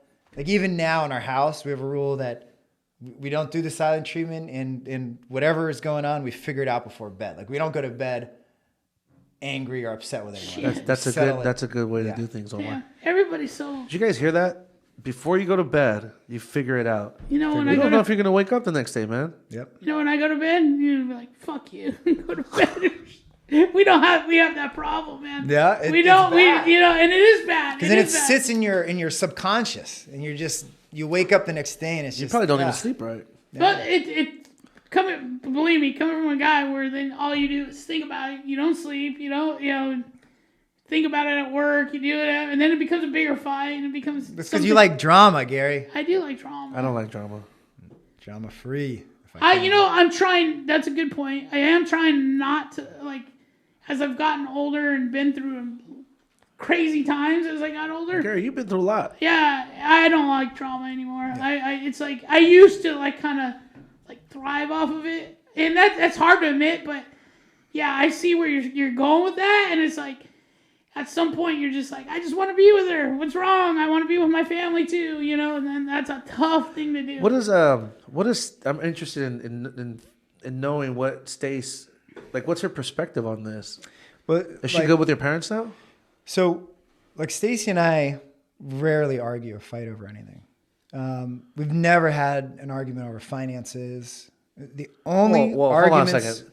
That's because, I mean, that's your specialty, dude. You got that locked. I mean, come on, man. I sat with you, right? You remember this? But she's low maintenance. She's not an extravagant, like... No, what I mean is, like, I sat with you. This is what I was going to say. I sat with you when I was opening up this business. Dude, this guy's got programs that he's designed himself that tells you when to do what, how to do it, correct stuff that's happening, catches stuff. And I'm like, dude, this guy's I mean, you see him train out there. He's a monster out there. And then you see how his brain works, and it matches. The aggression matches the technique. And that's what we always look for on the mat. And he does it off the mat, too. I mean, I'm not lying, right, when I say that. Too kind. No, but I'm not lying when I say that. I mean, you have these tools that you've created to do your job and to make it easier. Financial models, yeah. Absolutely, yeah. And his black eye disappeared. You don't have to go any further. Jesus. You guys are all ridiculous.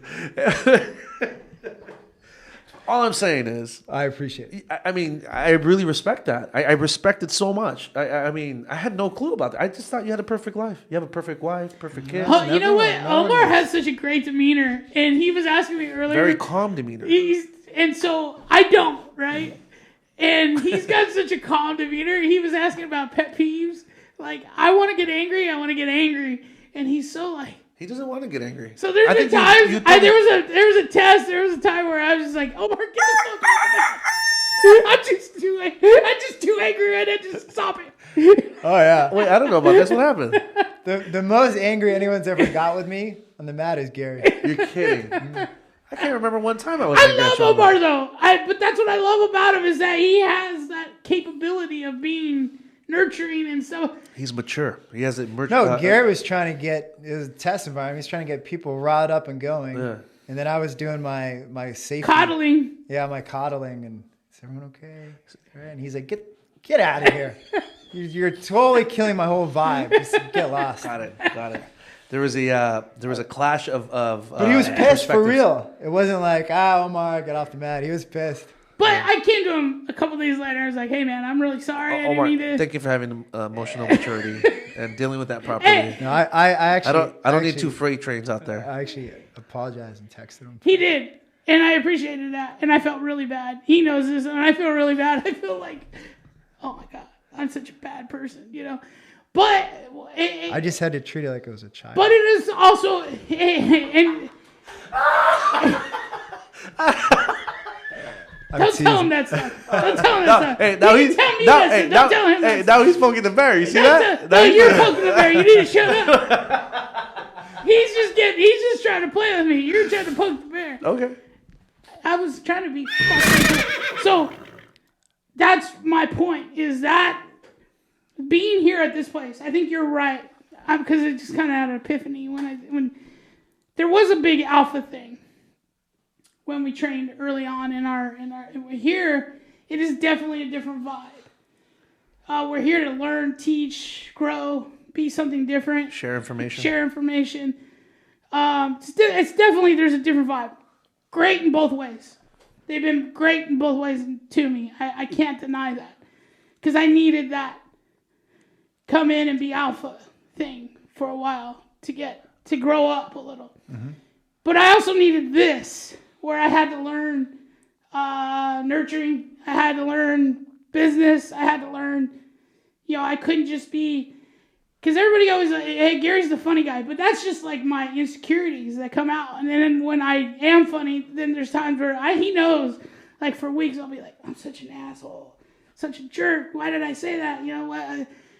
Because I don't have that filter sometimes. And then I realize that filter is like, whew. Sometimes. But you do have, and you just proved it. He has emotional intelligence, because anyone who can recognize an insecurity and cop to it. Yeah, as a matter of fact, the reason why it's so easy for me to poke the bear because he's an asshole. is because we actually talk about it and we're honest about how we feel and what we see and stuff like that. And so I'll say, "Oh, red flags." And anytime I say it, like you can see it in his face, like right away. That just gets me set off. Right Yeah, there. because I know, because we've talked about it. We're open about that, you know, and we're sincere about that. You know what I mean? You know, becoming a better human being isn't that you're the best, isn't that you're like super good at something. It's just always trying to be better than you were before, right? And so when we have conversations about this, you know, we'll talk about and make fun of our weaknesses, you know. But we're very aware of our weaknesses. I do love this guy because him poking the bear, I'm actually, and when you tease me and other people, it actually is, I can relate to that. I can relate to teasing. I can relate to somebody like poking back. I can relate to that. I thrive off of it. It's when somebody's too nice to me, and then I'm like how you said with religion is when I'm like, freaks me out. Yeah, get the hell out of my face. I don't like I don't like that it bothers me, but it does. I don't know why. Do I creep you out then? Because you said that I think you said something about like.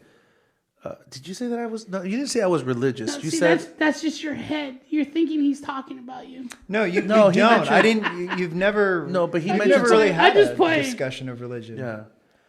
No, So- I think the question is like you said that a lot of the Krav owners, which I said it's not a lot of them. Well, no. I was just thinking the Krav students. Got it, and that's the part that I didn't get. You But said I that think it was more at the old studio, which probably is in relation to. It's Well, you top definitely down follow your leader. You leadership. follow your leadership, and you definitely definitely was a different vibe. We talk about this because you know, as much as things have changed and we've diverted from there, you know, the things that we've learned from there were probably you needed it in your life at that time. Well, I even joke about it now. So a lot of people that don't know, there's a lot of pastors. Like people that's what they do for a living. They work at a church and they're pastors on the mat. Mm-hmm. And I always joke with you, and I tell Brett and some of the others, like God knows how many pastors I needed around me. We got like 9 of them because they needed to keep me on the right track. So you know here's what I a mean? good- so So here's I a joke good about it, but I'm also kind of serious about it because I'll give you an example. I come in the morning, and it's usually real quiet. And if there's any music on, it's either like some sort of like church music, like I don't even know what it's called, but there's songs that I recognize from a younger time, like the church music. You know what I mean? And it's usually Brett cleaning, like when he's cleaning or polishing something, and there's something in the background playing. Christian rock. No, it's like I don't even know what kind of, I don't even Music know you'd what genre. hear on Christian radio. Yeah, But it's Christian music. It's Christian Okay. music, or like or a story or a song or something about God, just a connection with God, right? And to me, that's very like it's very chill for me. Like it's good. I like to start my morning that way because I'm so high energy, and I recognize that it's not healthy for me to be high energy all the time. And so when I come in here, I feel like this is my it's soothing. Thank you. It's very soothing. And then, so I'm able to start my morning in a way where it resets me. It's like OODA looping, right? You strike someone and you reset their brain. It resets my brain. And then I usually have some thoughts, like what's my goal for that day? And that helps me put that in perspective. Like it helps me kind of erase, because like when I'm driving up here, I'm listening to like, no joke, I'm listening to like rap, like from Wu-Tang to DMX to a lot of that stuff, you know what I mean? I'm listening to Ice Cube is one of my major ones to go to. So Dr. in the Dre. morning, I wake up and I get to work about 5:30. Text him, and it's like a song or something. It's like, get your ass up! You're still asleep. Yeah, he get does. your ass up. He almost texts me almost every other day at least, and he'll like send something. But I really do listen to that as I'm coming after I drop off my kids, because I'm in that mode where, all right, like I'm gonna go kill the day. Like I'm gonna go do it, you know? The crazy thing is Jimena's in the back. Like, No. I dropped them off. Usually with them, I play like Rafi. No, you know that song. And when he really wants to get explicit, he puts the uncensored podcast on. He listens to Tio Gary. That's right. Actually, the last time that Jimena saw Tio Gary, she goes, Tio Gary, I really like your horse sound. And he goes, what? And then I go, dude, she listens to the podcast, and the horse was like, you know, like to cover his bad I think words. the horse is my favorite That's one. funny, dude. Anyways, so I Back listen to to that music Censorship. and it resets me. Like I get in here like all aggressive, like I'm gonna like thinking about like numbers and killing it and like doing business and then I get in here and I'm like, that's right. That's not why I'm doing this. It resets me. And it puts my perspective back into like it's about the community. It's about growing that first and the money will come. It's about growing that first and then buying this property will come. It's about doing that first and then all the stuff that you can imagine. Buying the home you want to buy, living as close as you want to this place, all that stuff will come. But focus on that and it resets me, dude. And that's what I'm thankful for. Like I'm thankful that I'm surrounded by, like some people might say religious people or some people might say fanatics or whatever it is. Maybe I need a little bit of all of that. You know what I mean? Because I'm a little wild, dude. But we have a cross section here for sure. Yeah, I need that guidance because you can talk to my wife. We'll get my wife in here. We've talked about this before. I'm definitely a horse that bucks. Like it takes a lot for me to be this person. I work on that daily, you know, and it's not easy for me because I just, like I said before, I want to wild out. I want to do what I want to do, and I remind myself. He has that dark past. Yeah, and you know what? And I want. We don't know what it is. And he deflects like no other. But there is a dark past. Look, there he is. But I say it all the time, and I've said it in past podcasts that I really try to use that energy to do something positive as opposed to just wild out and do some stupid stuff in my life. You know what I mean? Yep. I'm all about doing stupid stuff. I love you, Gary. Stupid stuff's good. Hey, too, I'll tell you. The podcast never got started. Hey, you want to know something really weird? So, all right. So, from the instructors that we have here, right? Most of them will get a very sincere, and I'm saying this with all sincerity. Yep. I love you, or I'll give them a hug and stuff, you know. And they all like. But not during COVID. Not during COVID. That was throwback Thursday, and they all react differently. So, like I could tell you, like AJ, if you say I love you, Mr. AJ will just be very accepting of that. Like he accepts that moment, you know. Gary, you say I love you, he doesn't know how to react. As a matter of fact, be careful how close you get to him because he might punch you. He doesn't know how to react to I love you. Brett, I don't. I really don't. Brett, I love you. Thank you, Mr. Brett. I love you so much. It's a hand job in the bathroom. I'm used to saying I don't know. and Brett will like literally just be quiet, like, and he'll find something to do. Like he'll leave. Like he'll find something to do. And it's interesting because he's like, shit, this guy's paying me.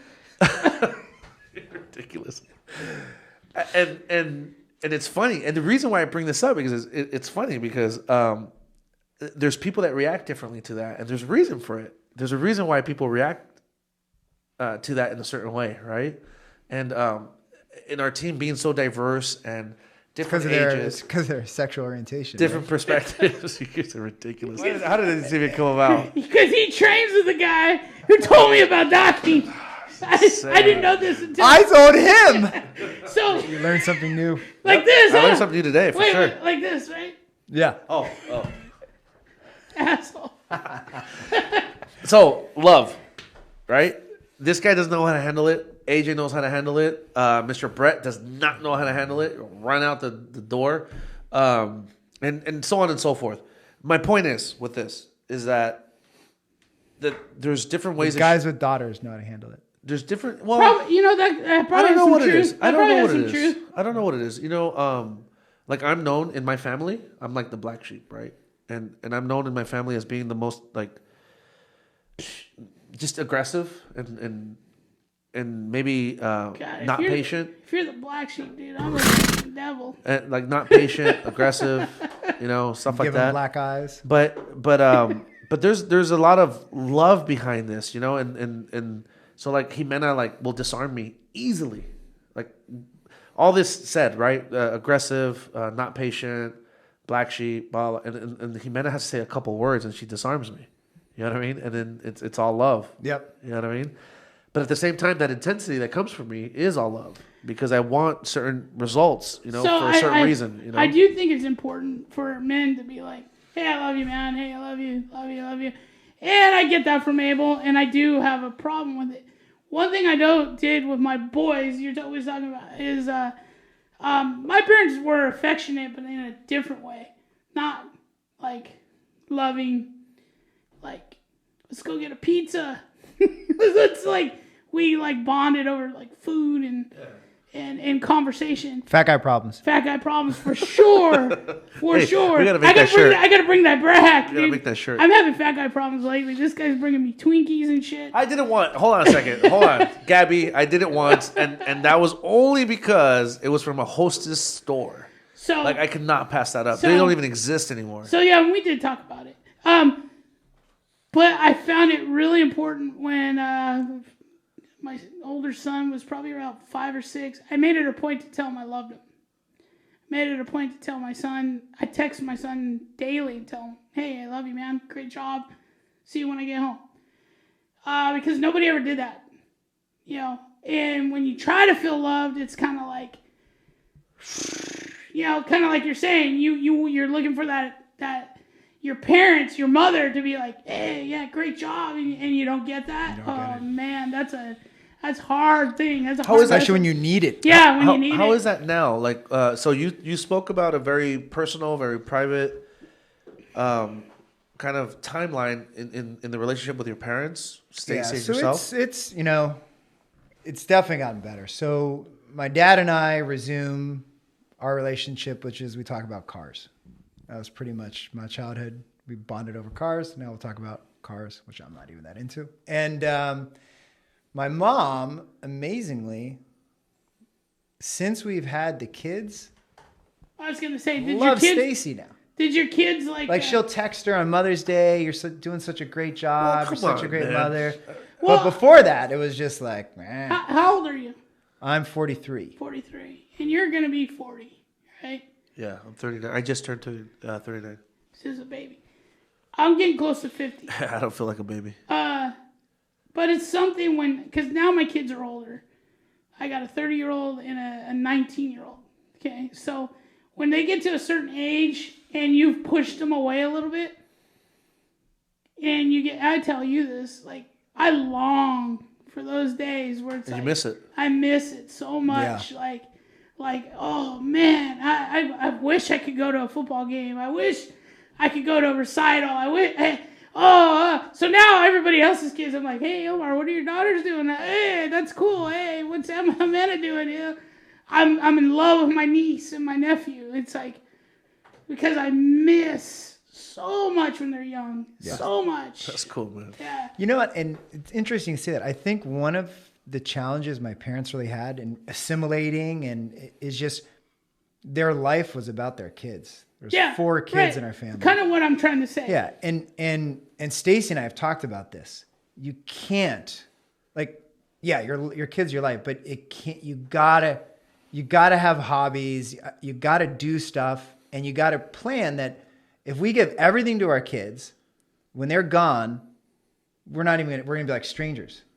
And I think I know, because we noticed that a lot of relationship problems come once the kids graduate and leave, or they're off kids aren't around, and then the mother and the father, the husband and wife, are like, "Well, we used to the kids were always there, so we always just put our time into them." Your life revolves around them, and then you're looking, and then you find you have nothing in common anymore because you don't have the kids to bring you together. And I've told you this many times, and even my wife will say this, is we're finding each other out again. You know, it's taken a lot for us to get back to that point. But our kids were like I did everything. I was kind of like you with your daughters. I was always involved in school. I was always involved with their sports. I never missed a play. I never missed nothing. They had a field trip. I'll go with you guys, you know. I knew who their friends were. I knew all that. That's cool. And then as they've gotten older, and now they don't need me anymore. It's like, oh, man. And now me and Gabby look at each other like, well, you know, I don't think I sincerely don't think it's like they don't need you anymore. If they're anything like me, like, okay, I'll give you an example. My brother calls my parents every single He's day. the oldest. Every single day. Every single day he calls them. Yeah, my little brother does that stuff too. I don't understand it. I don't. I can't do it because I feel like I'm being fake. But when I talk to them, I absolutely take the time to just pause everything. I love them. And I know how much they've given to me, how much love they've given to me, and I want to reciprocate that. But I can't do it in that form. So that's the thing, I do it in different forms. I can't talk to anyone on the phone. When something happens or I don't think happens, I'll call bluff on that because I think what I've learned and I'm learning from you guys is you would do it to your daughters for sure. I know you would. If they're starting to get older, you'd be like, hey, just checking up on you. I'm just saying, I just hate phone. I'm saying. Well, yeah, that too. Yeah. But texting is now. By the way, thank you for answering my calls and my texts now. For a long time, he didn't answer no texts. He didn't answer calls. Good for you. He doesn't. He doesn't. Like, you talk to him when you see him. Right? Am I correct? I'm trying to get better at it. Yeah. Yeah. And I appreciate it because I try not to waste people's time. Like, that's something that I've learned. Don't waste people's time. If you're going to call them for something, make it fast. You know how I know? Like, he likes to check in on people, right? I do. And there's times, dude, where I'm all about, like, checking in on people, dude. But there's times where I just want to be left alone. Yeah, you don't want to talk. And this guy can't handle, like, he'll call me and be like, dude, what's up? What are you doing? Literally like that. It's not that I can't. And then I go like this. What do you want? Yeah. And he gets like, okay, dude, I'll talk to you later. I did it to him the other day. Blew his mind. He couldn't believe someone called to check in on him. Yeah. I do because I reciprocate because I respect. He said other than Gary. Yeah, actually, nobody really checks on me. I check in on you. My brother's the only one that checks on me. Nah. My brother. I check in on you. Well, my wife, but so nobody checks on him. But it blew. Well, because it's kind of I mean, shit. You spend the whole day with them. I mean, like, you spend a lot of time with them. You expect them to check on each other. But he asked. I don't even know why you asked me. I can't remember. Something happened where you reached out to me. Hey, how you doing? Blah blah blah. You doing all right? Yeah, I don't remember either. But it really did. It made me pause for a second, and I was just like, I reversed roles on you. That was kind of cool. I was like, that feels good. I do feel bad for me. I do feel bad because I call it Gary Island, dude. I'm a very social person. Gary Island, I like that. I'm a very social person, and I love being social. But when I turn it off, I'm also like in my own world, you know. And then when people like try to get in there, I'm like. And people just sometimes get so turned off by that, dude. So turned off. And I don't mean anything by it. It's just something I do. And I think that the reason why I know so much about you is because I spend time with you, and you're forced to talk to me. So, But you mentioned that you like being alone. I do. A lot of people aren't comfortable being alone. And being alone, like, when I was a kid, I was a dreamer. So I was always like playing, doing whatever, always on my own. I don't have a problem with it. I can talk to myself. I have podcasts with myself. Like when Abel's gone, Goodriddance, I'll have my own podcast. But I mean, I do that. I talk to myself, do whatever. It might sound strange, but I don't really care. But yeah, I don't mind like spending time alone. Did you do a lot of imagination play growing up? I did. As a little kid, I was really. I told him I had a lot of friends because I had to learn how to have a lot of friends. But for the most part, I was very shy until I was like in the 7th. Like naturally, you were shy. I was naturally shy. So, but you had to learn how to. I had to learn. Yeah. This right here is like beaten into me, like. But for the most part, I was always like a really caring, just like my youngest son. Mm-hmm. I was literally just like my youngest son. Very nerdy. Sensitive, right? Very sensitive. Very emotional, just like I am now. Super sensitive. I get super... If you're going to be Gary's friend, you got to know that at some point you're going to throw blows. Oh, dude. Me and him had it out. One time I was like, what? Was it after the respirator? I just treated it like you said. Defibrillator? He got so mad at me because of that. So for you guys that don't angry know, that you got to it first. He was so mad. For you guys that don't know at home, he got upset when I bought the defibrillator. This is more than one joke. That's not true, man. This is more than one joke. All I said was, Gabby should know how much I love you because I spent almost $3,000 on that defibrillator so that we make sure that we keep you alive as long as possible. And dude, Brett it's was like dying. Brett was rolling on the ground. He told me he was going to F me up. I'm like, dude, I love you. I got that for you. And if anybody else needs it, we'll use it for them too. But mainly for you. So I have two friends. I have Only two. And one of them's not Abel. He hates me. I have two friends, right? Me and Abel kind of get each other just because of our backgrounds. And then I have Dave, right? Dave Cook is a cool man. And I like him. Dave's one of my closer friends too. And You see how he threw that closer? You know, I've only met him like once. Really? He's a good guy, man. He just doesn't. He can throw too. Dude, I want him on the podcast because this guy's... We should get him a Fight Club. That guy can throw. That guy is lumberjack, like I've heard great things about him from everyone. He's a good guy. He's a nice guy, but he's like He's a big dude. But that's something we got to talk about after this. Is like dummy strong. Yeah. like he doesn't know his strength, dude. Like he doesn't know. Anyways, but he'll call me and poke the bear, right? I'm just messing with you, man. I know you are. But at the same time, I know this. I always tell him I have a devil and angels, right? And then I want to hear he gets in my head. Then I call Dave and he's like, dude, you just need to get over it. By the way, Dave is a professional therapist. He's a clinical therapist. So, yeah. It's like, dude, just get over it. Dude. Just get over it. Yeah, you're right. Dave is awesome. Then we should get him then on. I'll call him. I'm like, fuck you. now I'm over it. Yeah, now I'm over it. But you like Dave. So listen, I'm going to change gears a little bit because I want the people at home to know about this. So Omar is one of our instructors. Awesome instructor. Thank you, sir. You and Mr. AJ single-handedly, and I say that with all sincerity, single-handedly brought Saturdays back to our studio. Our studio is awesome on Saturdays. The energy is through the walls. Like, there's people here that show up. Like, if you're someone in this studio, you're here on Saturdays. And they did it. Mr. AJ. I don't know what the formula is. Mr. AJ is the leader. I don't know what the formula is, but whatever it is, if we can replicate that for every single day in the week, we should do that. I tell Abel this, like I don't do many fight sparring anymore just because of my throat. But I get a text from you all the time. Mm-hmm. And enough for me to go, damn, I need to get in there and like regulate, man. These guys are out there sparring and going. Get in my head, and I'm like, damn it, I better go in. These guys know I got the text. So I'll go in at 10 o'clock. I won't go in at 8 o'clock. I'll go in at 10 o'clock. So, no, I love Omar's class. I love AJ. I think they work good as a team. It brought me back to Saturdays, and I'm trying to get back there on a regular, but we got a lot of construction going on, so it's like, I got to figure out on my Saturdays. You keep on giving us your list, okay?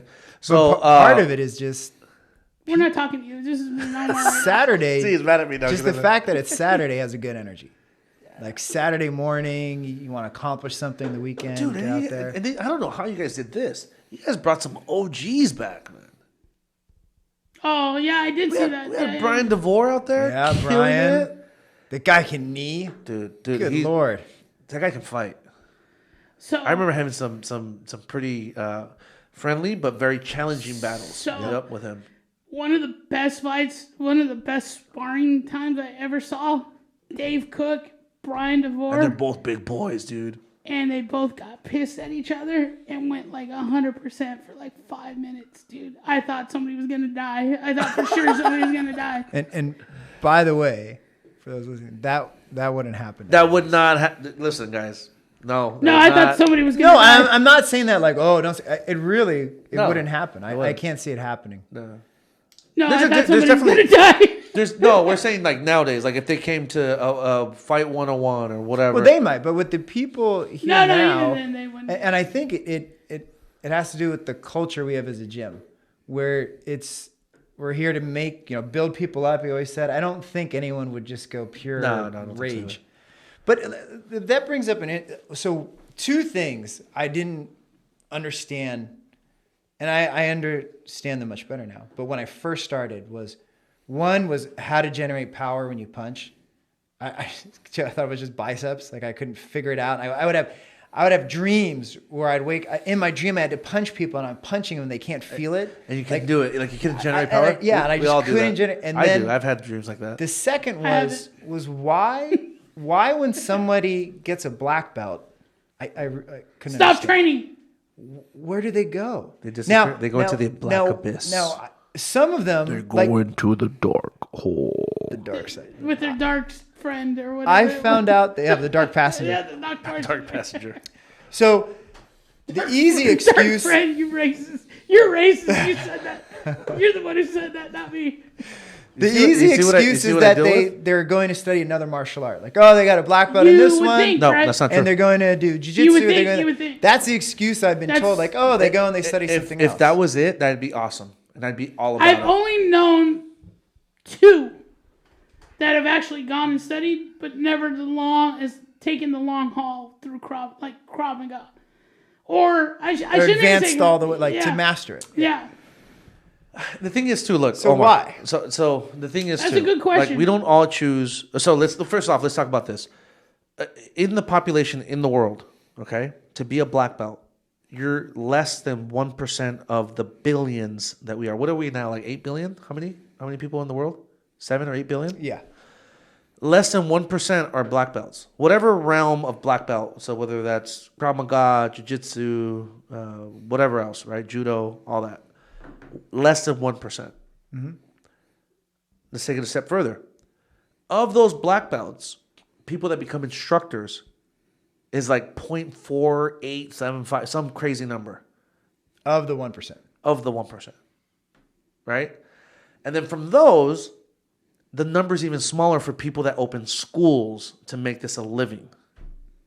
So, but I'm just talking about why would you not? So what I'm saying is that, this is what I'm trying to say, that people choose this lifestyle, right? Those people are very special people that choose this lifestyle so that they continue working with other people and heading them over the information that you have, and hopefully that they pick up what you've learned, right?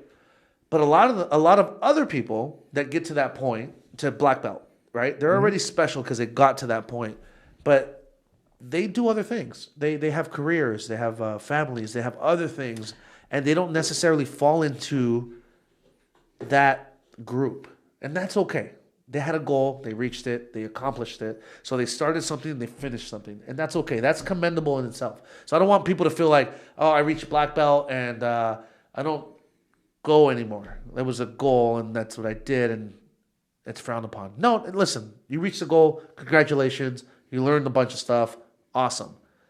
What's better than that, though, is that you reach that black belt and you realize what we've realized, that we just started, dude. We don't know anything, man.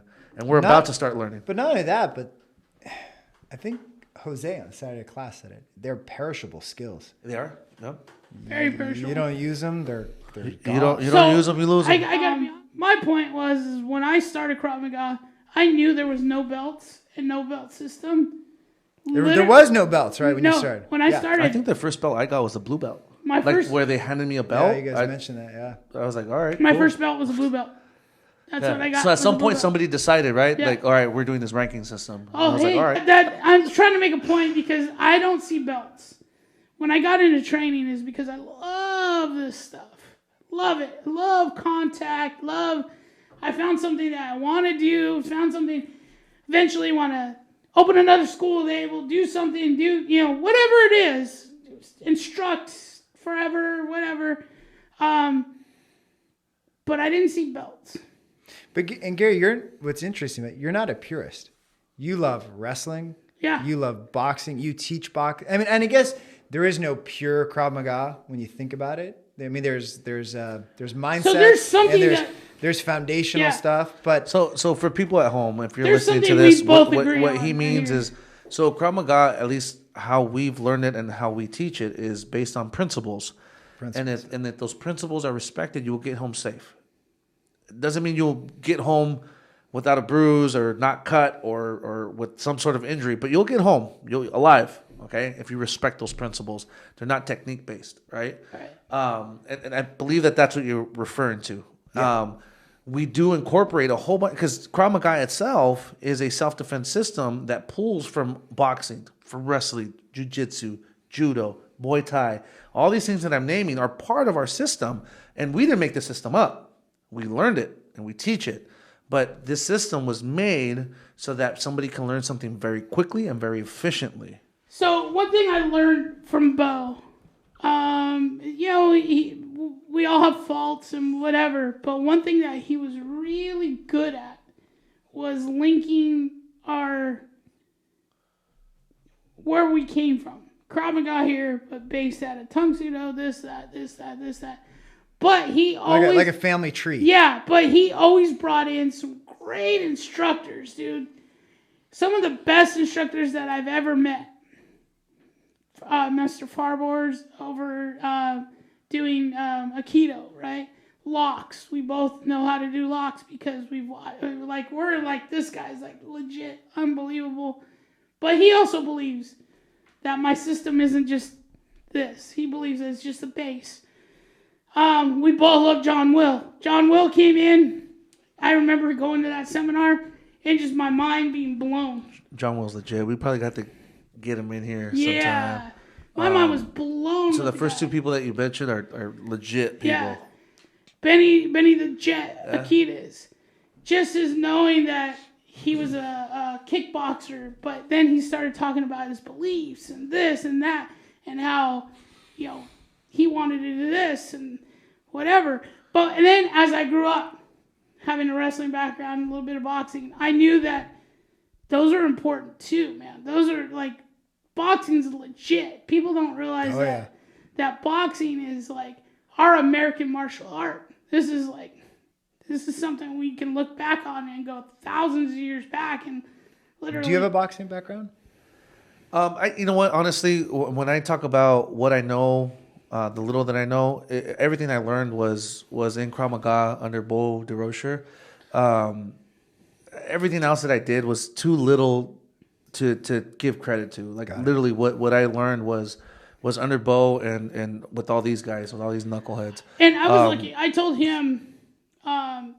Go ahead. I'm sorry. No, I was just gonna say that from there. So that was like the foundation, and then from there we've taken it to other heights where we're all kind of doing like looking for information and trying to fill some gaps and stuff that we see, at least in our opinion that we see. So like training with jiu-jitsu, boxing, doing some stick stuff and knife stuff and all that stuff. Like we're just trying to make it more well-rounded for everybody, and it is our responsibility to do that. It's not. So we have a set of information. And it would be extremely unfortunate for us to just keep it that way. I really believe that we have a foundation built, and then from there we need to grow and learn more. And we have the group to do it. We have 34 instructors, and we have a big group here that supports each other. And we try to find the means and ways to learn other things and bring it back to the group. And from the group, like the OG instructors, the senior instructors, we usually share information and we say, this is good for the group. This is not really pertinent to that. That's more pertinent to maybe competition, or that's more pertinent to point sparring. And that's what is self-defense, because ultimately our goal is to make sure that we sleep comfortably knowing that our students and members can get home safely. Right? I'm gonna pull up a picture on my phone in just a minute. So you guys keep. Yeah. This is something we're both passionate about. This is why we connected. Yep. Is you always you can't stop learning. And I've told this on the mat to the students, like if you come in, you can lose it so easy. I think Omar was there the other night when I said that. I was like, you got to keep training. You can't just sit here and think. A lot of people don't realize that there was a time when I was very sick. I came in and I would just sit on the bench and watch, dude. Visualization made me such a better... And I just absorbed stuff, dude. Literally just absorbed stuff. Like I could see you and Paul playing around on a test, and I was like always there. I could see Jim Milo who's come in and he's a police officer, and then you start putting it into retrospect. Hey, Jim is and real deal. He's pretty nice and quiet, but he's a real deal. I wish I saw more police officers like Jim, trying to acquire that knowledge to be a good, safe officer. But I've had so many good run-ins compared to so many less lame people come in my life in martial arts. You know what I mean? So I've had such good guys come in. I hear what you're saying. And when you get something lame, and you get somebody in trying to tell you, like, this is how it should be done, you start going, I can smell that a mile away. Yeah, You yeah. know? I mean, I really, to your answer, I mean, I'd like to give credit where credit's due, and I'd like to speak about the boxing stuff, but I didn't do it long enough to give that group that much credit. I mean, I did it and all that, and I trained boxing and stuff, but I think that it was more cultivated when I got to this group, for sure. Yeah. I did the boxing, and I did it because I was always so scared. And I'm a person that I'm a better coach than I am the player. So I'm a guy who can absorb a lot of stuff, see it, and teach it. But I might not necessarily look like the best technical person. You know what I mean? But I can get into your head, and I can tell you, this is how you do it. I can break it down into bits and pieces. And a lot of people don't think it's a technical side to me, but I can do it because once you come to my class, that's why I've taught so many advanced classes, things start to change. You start to see things different. That's just a confidence thing. And it's because I know what I can do and what I can bring. Now, if you want a technical thing, Ryan's the best. He's become the best at it. You want a knowledgeable thing, go to Stan's class.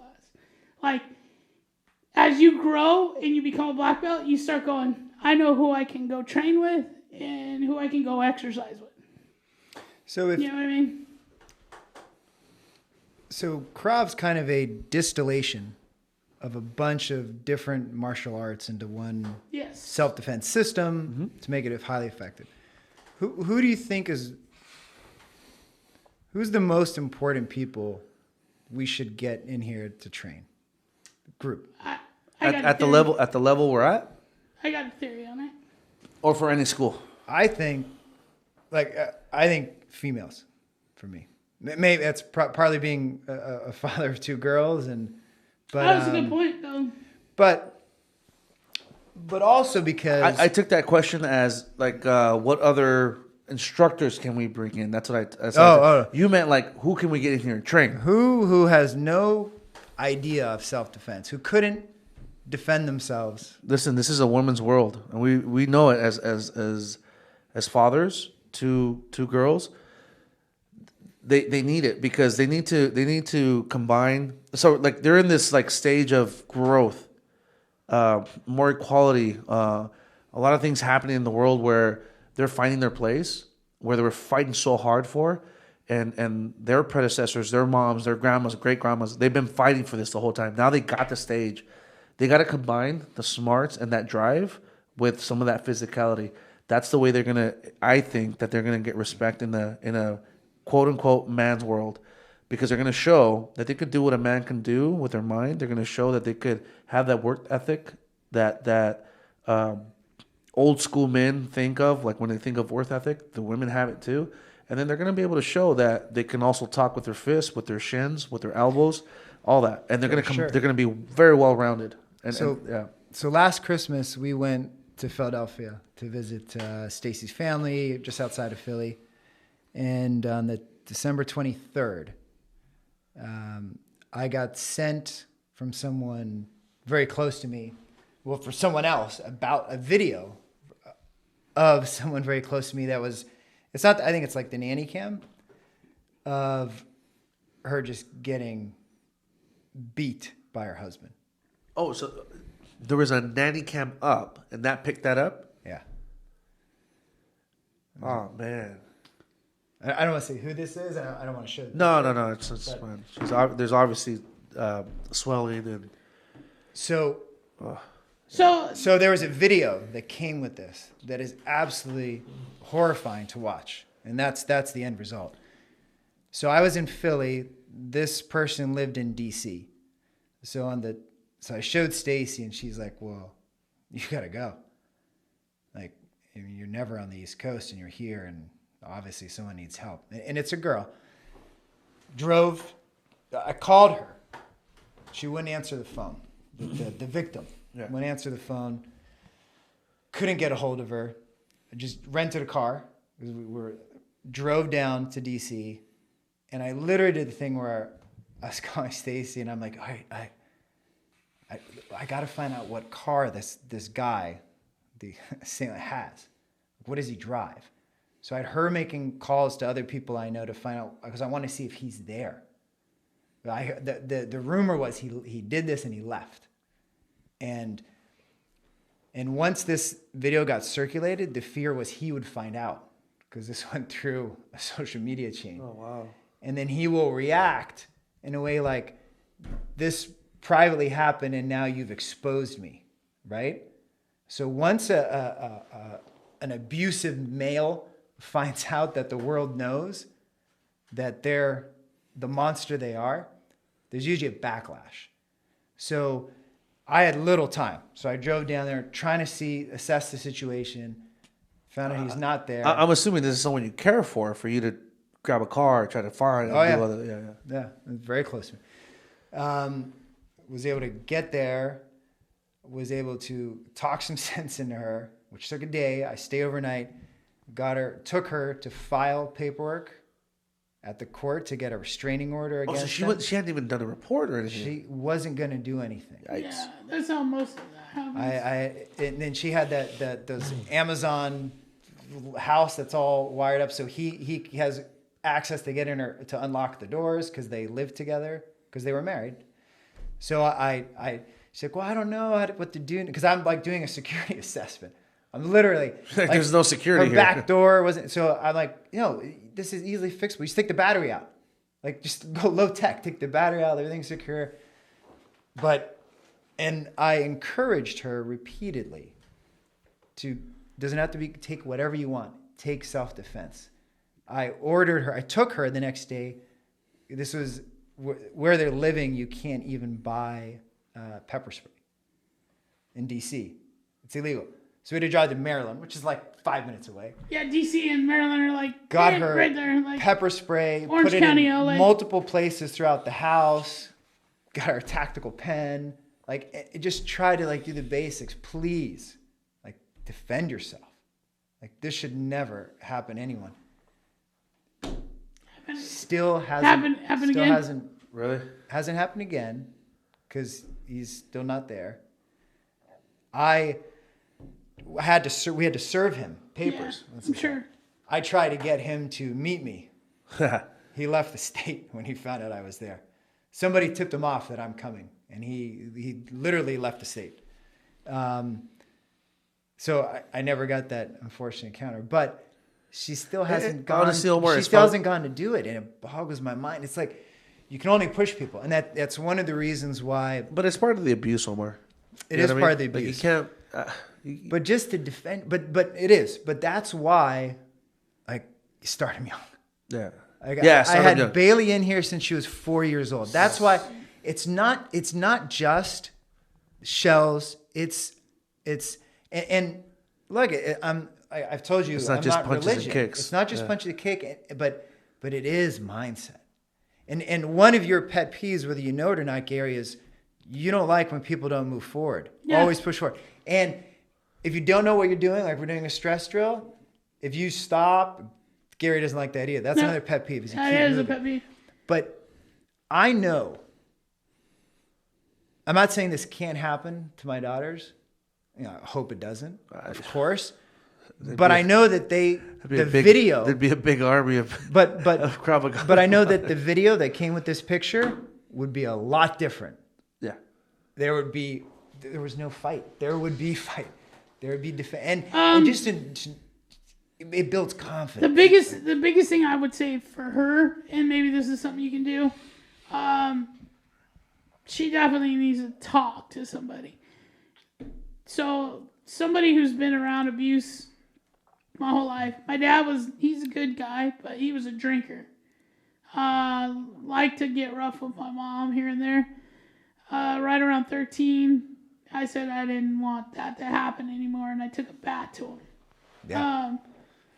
Good. He never did anything after that, because he, I didn't know that. I didn't know you did and that. this is why we have such. Yeah. And then when that happened, his anger came towards me, which I was fine with. Yeah. Better towards you than towards your mom. And my mom was a tough lady, so my mom sometimes my mom would egg the fight on. You know what I mean? She wanted to fight. But she was a woman who would fight back. Mm-hmm. I don't necessarily think it's about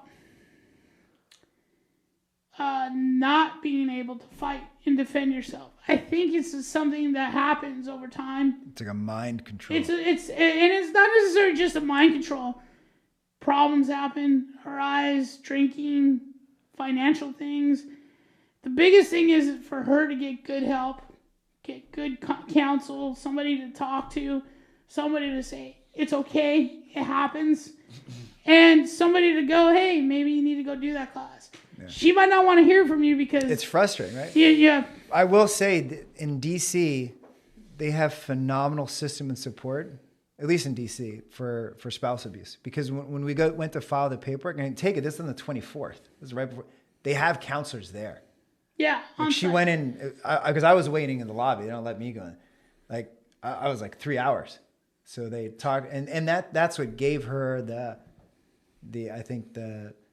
ability to even move forward. But here's something. But then you still have to keep moving forward when you're not there all the time. But here's something really important that you said: start them off young, because you know what? It's like we say, like we teach people awareness here, and awareness in itself will save you from a lot of things. If you're aware of the danger before it even approaches you, it's going to save you or give you enough time to get out of that area before it happens. And so you start them off young, and then they can read this. Or you start them off young, and then they have the courage and they have the confidence to know that they shouldn't be treated that way. You start them off young, and they also know that if it got to that point that they could fight back, or at the very least say something to someone that loves them. Yeah. And then this, circling back to pet peeves, one of my pet peeves, and I think we're guilty of it, all of it, and maybe it's inherent in our training, is the false sense of security. Yes, I do not like when we have females or anyone who's undersized doing knees where they're framing and basing and just knee, because it is so dangerous in reality to do that. You'll get taken down in a second. Like, so any time now. You got to build that foundation. You got to learn to drive and do that at first. But at some point, or at the appropriate point, I don't know when that is, you got to introduce, like, you got to break the false sense of security. So this is something, and I think sparring helps break a lot of those false senses of security. This is something I do with my classes, and I do it often. There is times, 100% right. We're all about, hey, we're framing, we're doing this, we're learning our structure. But you've been to my classes, and I'll be like, hey, all right, we're not doing any structure, no knees. Now I just want you to throw a knee because I want you to be no tying up, no. Was responsive. I want you to throw a knee to know that you can throw a knee, not that you have to throw a knee from a clinch, or that you can throw a knee or poke an eye. So one of the things I just did this last night is, and this is something I do often, especially with advanced play, we play without pads. Play. Hit each other in the face, feels uncomfortable, hit each other, slap boxing. It goes back to being a kid in the street, playing slap boxing and getting, excuse the language, bitch slapped, and realizing what it feels like to get hit. We have a false sense of security, and this is what going back to my classes, is like, I don't want you walking out of my class thinking that you can do something that you can't. Yeah, I just explained that to, I had a private lesson earlier today, and I explained to them that the level of the rank they're in, I was like, you know what, you're actually in a very interesting part of your, like, martial arts career here, and they were listening, and I was like, look, when you first start, when you're like white, yellow, green, or white, yellow, orange, everything's very basic. So block, strike, get the hell out. And then you get to this like green through like blue, where it's like very intricate. Like you learn locks, you learn how to engage, you learn how to tie up, you learn all this stuff, and then you get to brown. Yeah, and then you get to brown. And brown is kind of like the stage where you know all this stuff. You know the foundation. You know the fancy stuff. Now it's like your turn to kind of make that decision. And then you get to black. And black is like a white belt. And what I mean by that is it's so basic. Most black belts, most, not all, most black belts take it back because you have the choice at that point because you have the knowledge. As long as you show that you have that knowledge at the self-defense portion of your many exams, you can choose what you want to do because they know you know everything else. You know the fancy stuff, you know the basic stuff. Most black belts will revert to the most basic form of self-defense. Keep it simple. Keep it simple. Ask me if I tie up when I'm going against a knife. Do you tie up? Hell no, I do not tie up. Against a knife? Yeah. No. Not a good idea. I do not. Now, if I'm in an elevator and I need to tie up, absolutely I'm going to tie up and I know how to do it and I know how to do it well and effectively. But if I had a choice, right, out in the open to have a choice, I'm not going to do that. But it may not just, for real, it may not just be an elevator. You may have to because your family's there. Absolutely. You may have no choice. Absolutely. There's scenario. So Crybabies got scenario based, and we do have scenarios like that. Well, we'll say, this is a scenario. What would you do? And that's what you're tested on. And go ahead. Keep going. No, I was just, that's what you're tested on. And so it becomes a thing of, okay, I do have the knowledge. So while they're going through the ranks, yeah, it seems like we're telling them to tie up, but it's just another tool in their tool belt, toolbox, whatever. And eventually they'll have the free choice to choose what they want to do depending on the type of scenario. So I'm with you. I agree 100%. Like teach them tie up, teach them this and that. But I work scenarios with orange and green belts and because I'm all about the live. I've been in a lot of street fights, and street fights are never just structured. Street fights are I think the so word is extremely dynamic. Yeah, are so insane. Usually it's like that, right?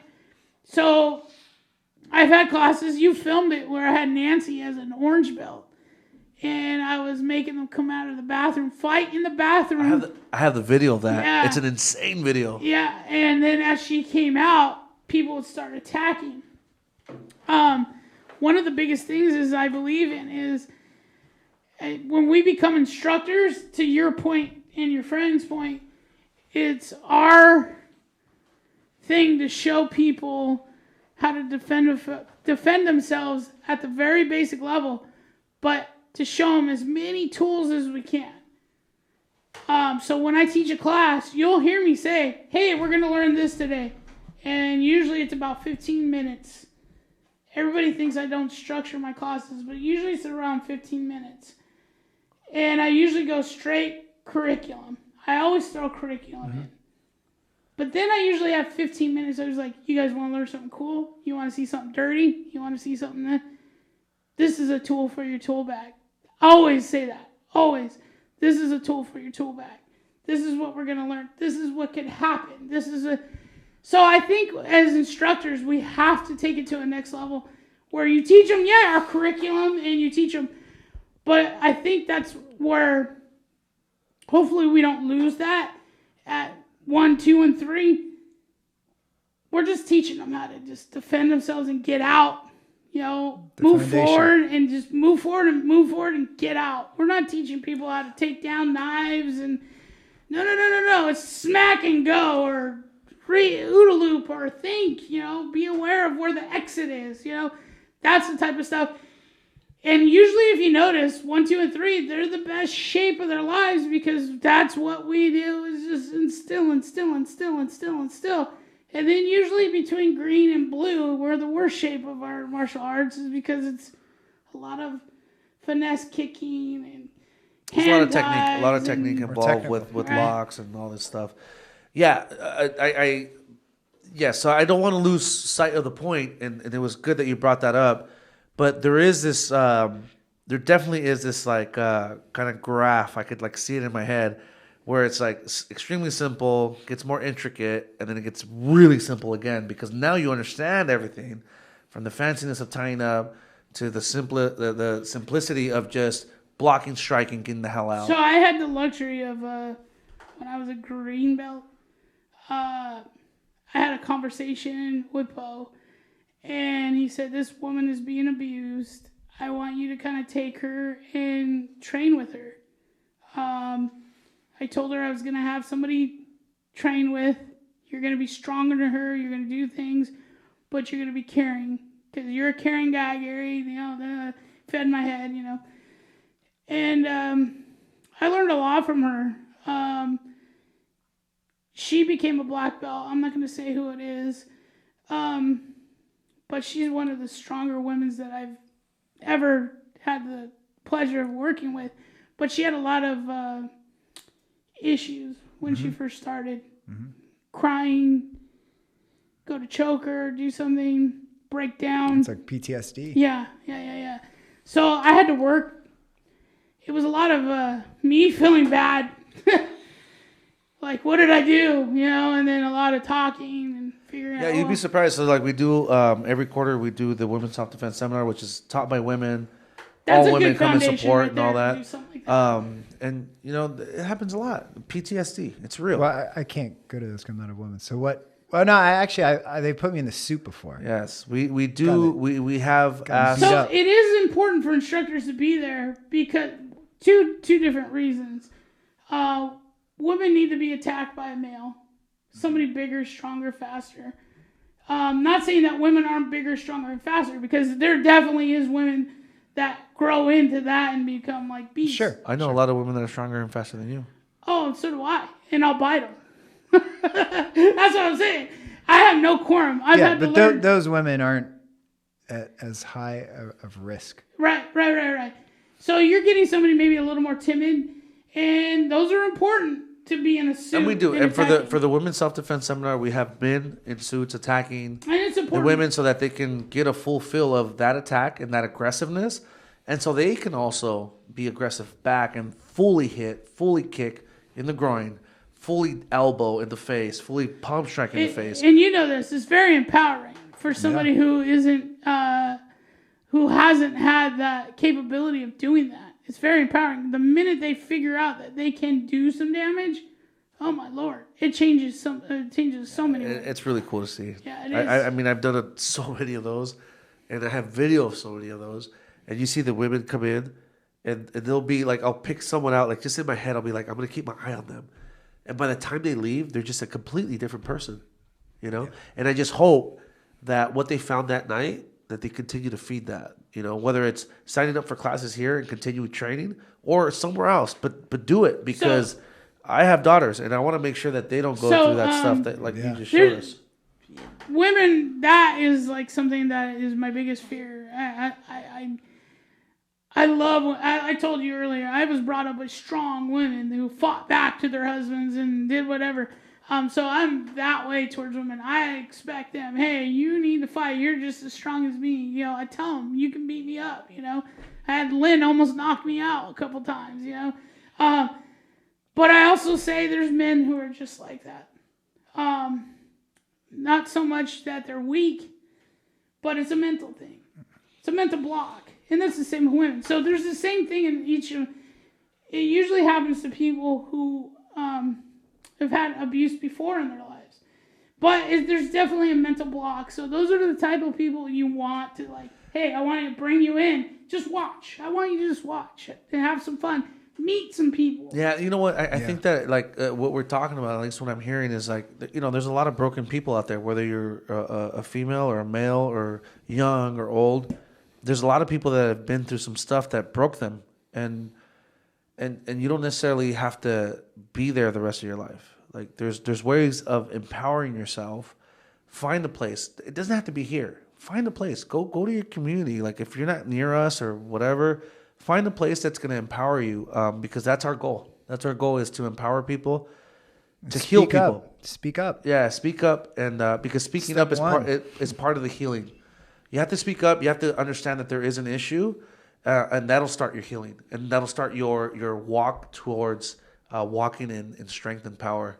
I strongly believe that. strongly believe that, because even me opening this business, there was something that I had to do, and there was fear, and there was things that I had to deal with, even stuff that I'm dealing with today when I go on the mat and stuff like that, from stuff that I've been through. And you got to stand up, and you got to walk in power, and you just got to remember who you are and what you could do. Yeah. And if you're ever in a position where someone comes to you who needs help like this, unless you've been through, you're not going to know what to do. What I did when this individual came to me, or by way of me, is I literally, like, I don't want to poke the bear of this husband or her, so I called one of those hotlines for spouse abuse, and I said, I know this person, here's what's happening. Should I drive down and see them? Is that going to make things worse? What can I do? How can I help? Right. And they suggested, yes, go. Even if they told you not to, once they see you, it'll just be good. Man. But don't, it can be very dangerous if you assume, oh, I'm going to go kick his ass. And you can make things worse. You can make things like,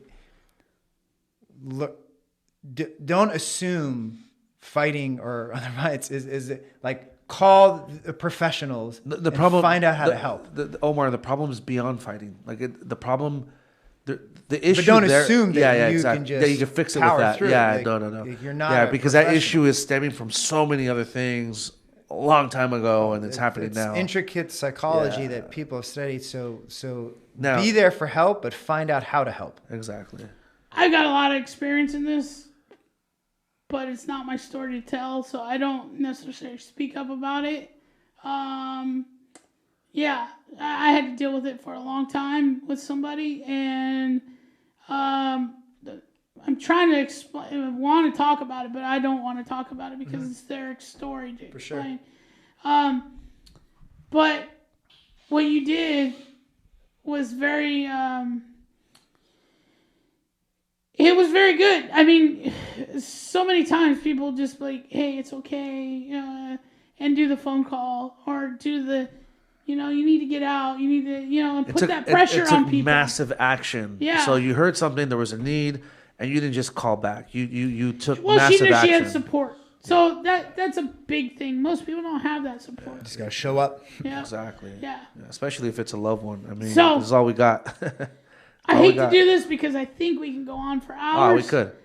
I have one last question before you go there. Yeah. So, Mr. Omar, Yep. As an instructor, okay, you work really hard. I mean, a lot of people don't know what they went through to become an instructor. And it was almost a year of a course, coming in some like weird times, like really late, Yep.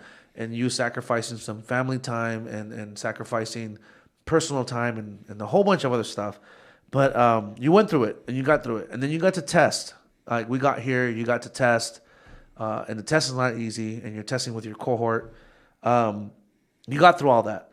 Was it worth it? And if it was or wasn't, tell us your experience. What do you like about going through that and that you're doing now? It's definitely worth it. Just going through like the template and learning, you got to learn. So not everyone who can teach, and vice versa. Some people are great teachers and can't do. So, and not everybody that started the course or went through the test is teaching. Yeah, for sure. But you teaching is, it's one of the best ways to really learn something. But it also help teach me patience too. Patience is my weak point. It's my wife's strong point. So I got to learn more patience. And even now I do much better when I have someone like AJ, like a strong lead instructor, because then I can learn. I can learn how to become and be an instructor as well. We're all, trust me, I'm around these monsters that have so much information, and I learn from them every day. Even though I'm supposed to be spearheading this, I don't feel like I'm spearheading it alone. I have this massive team behind me, and I learn new things every single day. So that's absolutely normal. Yeah. But what I was most surprised about is the leeway and the latitude that's given to instructors to infuse kind of their own personality, go off book, if there's things they want to infuse and bring to the class, they can. And what you see is a lot of instructors who they may not know it, but they're at least known for specializing in certain things. So I know if I have a class with instructor A, it's going to be this kind of a tempo and this kind. Instructor B would be this. And it's funny that the students their personalities come through in their teaching. Yes, we are a black belt collective. It's not a black belt hierarchy. Right. Otherwise, our name would be Black Belt Hierarchy Krav Maga, and that's not what it is. It's a black belt collective, and so we strongly encourage those perspectives. Gary's perspective on life is very different than my perspective on life, and so on and so forth. With 34 instructors, and neither of those perspectives is more important than another. It's just different. Yep. And everybody can learn from that. The only thing I didn't like about it, you know what I'm gonna say, it was the lack of schedule on the times during all those trainings. Yep. It was more loose. So I'm just type A, and all right, do we start at this time and are we done at this time? Well, we'll start here and we'll finish when we finish. And guess what, Mr. Omar? And guess what, Mr. Omar? There's still something to be learned from that. No, for sure. I've gotten much better with that. Yeah, and that's not going to change. I learned not to ask for end times now. Yeah. I love you so much, and I appreciate your honesty, and that's something that's not going to change. There's certain things that are kept open for a reason. So I always tell him, I wanted to be an instructor so bad, you know. I had to fight for being an instructor, dude. I you know, there was times where I'm like, I'll run the class. Abel, go run the class. Got passed over. Yeah. And it happened for so long until I became aware of, okay, well, I'm going to, make this person go. Gary's like, what the hell happened to Gary? This kid is kid. I call myself kid. But then there was a point where it was like, Bo would go like this, throw me the keys. Costa Mesa's yours today. I tell him this all the time. I'd be like, well, huh? And I'd start off with advanced class, fight class, kids, teens, You talk kids? and black belt. I learned literally on the fly how to instruct. Got to go do instructor training. I was kind of the same way. Hey, when we starting? You did instructor training? I did. Oh. Yeah, I did. Sure? I did it more than once. Oh, you did? Yeah. Oh. Did instructor training. Thought I did pretty good. Got sick, and then was told that I needed to do it again. And but I'm not the type of person, because I think what I was doing was I got a new group of instructors. It's all right, hang back. I think that was what was being told to me. But I have such an ego. I went, oh, you want me to do it again? I love that he just recognizes he has the ego. You know what? I respect that. I went, okay, I'll do it again. And did it again with this guy, Rosario, and You did with some monsters, McKenna. Yeah. And right now, last man standing between our group is just me and him. So it was what I'm trying to get to point to is if you love it, you're going to find a way to do it. Yep.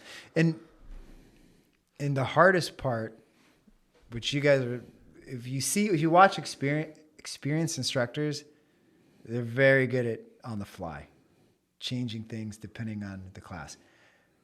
I'm not so much. So I walk in with, all right, I think I'm going to teach this, and this today, or I want to work on this. And then I come in and I have new people. And then I'm like, it's people all out the window now. People that don't fit your class. Don't fit, yeah. But instructing has gotten 10 times easier now that I don't have to do a Zoom. Because, God. Have you heard? I mean, I'm sure you have. We've talked about you before regarding Zoom and how upset you were. Misery. Just frustrated. I don't even like it for work. And you were almost going to quit on me. And then you're like, dude, I come in here and I see you smile at everybody. I can't do that. You want to know what I told them? I said, if we go back to Zoom, Omar's taking 2 classes because I ain't doing Zoom. Yeah. I mean, great on there. Man, we don't want to go back. But look, listen. If we do, I'll watch Billy Banks' Tybo right before. I'll just come in and do that. Here's one last thing I want to say. So not only are you a special person in that you went through all this already, you're such a educated person. You have your stuff together. You find a way to donate your time to this place. On top of that, donate your resources with this and my office and the whole bunch of stuff in here that still actually belongs to you because I haven't even paid you yet. Oh no, and it's a gift. And like you just, there's just an amazing person that I'm talking to right now. But on top of that, there's something very special about this person, and I haven't said it before, but I just think his legs are beautiful. I've actually said that before. I've said that many times before. Thank you, sir. This guy's like, if you guys don't know him at home, this guy. Actually, do you remember that drill that you and Stacy were doing? Where we were doing this like on the podcast. Yeah. You guys looked like you guys were just chiseled out of granite. I told you guys to freeze, and you guys did, and everybody starts cracking up because they're like, "Yeah, you're chiseled out of granite." Where was I going with this? What I want to say is the special thing is that everything we just mentioned about the crazy hours, about the amount of hours, the amount of time and the testing and all this stuff that you had to figure out, right, to become an instructor, you didn't do it alone.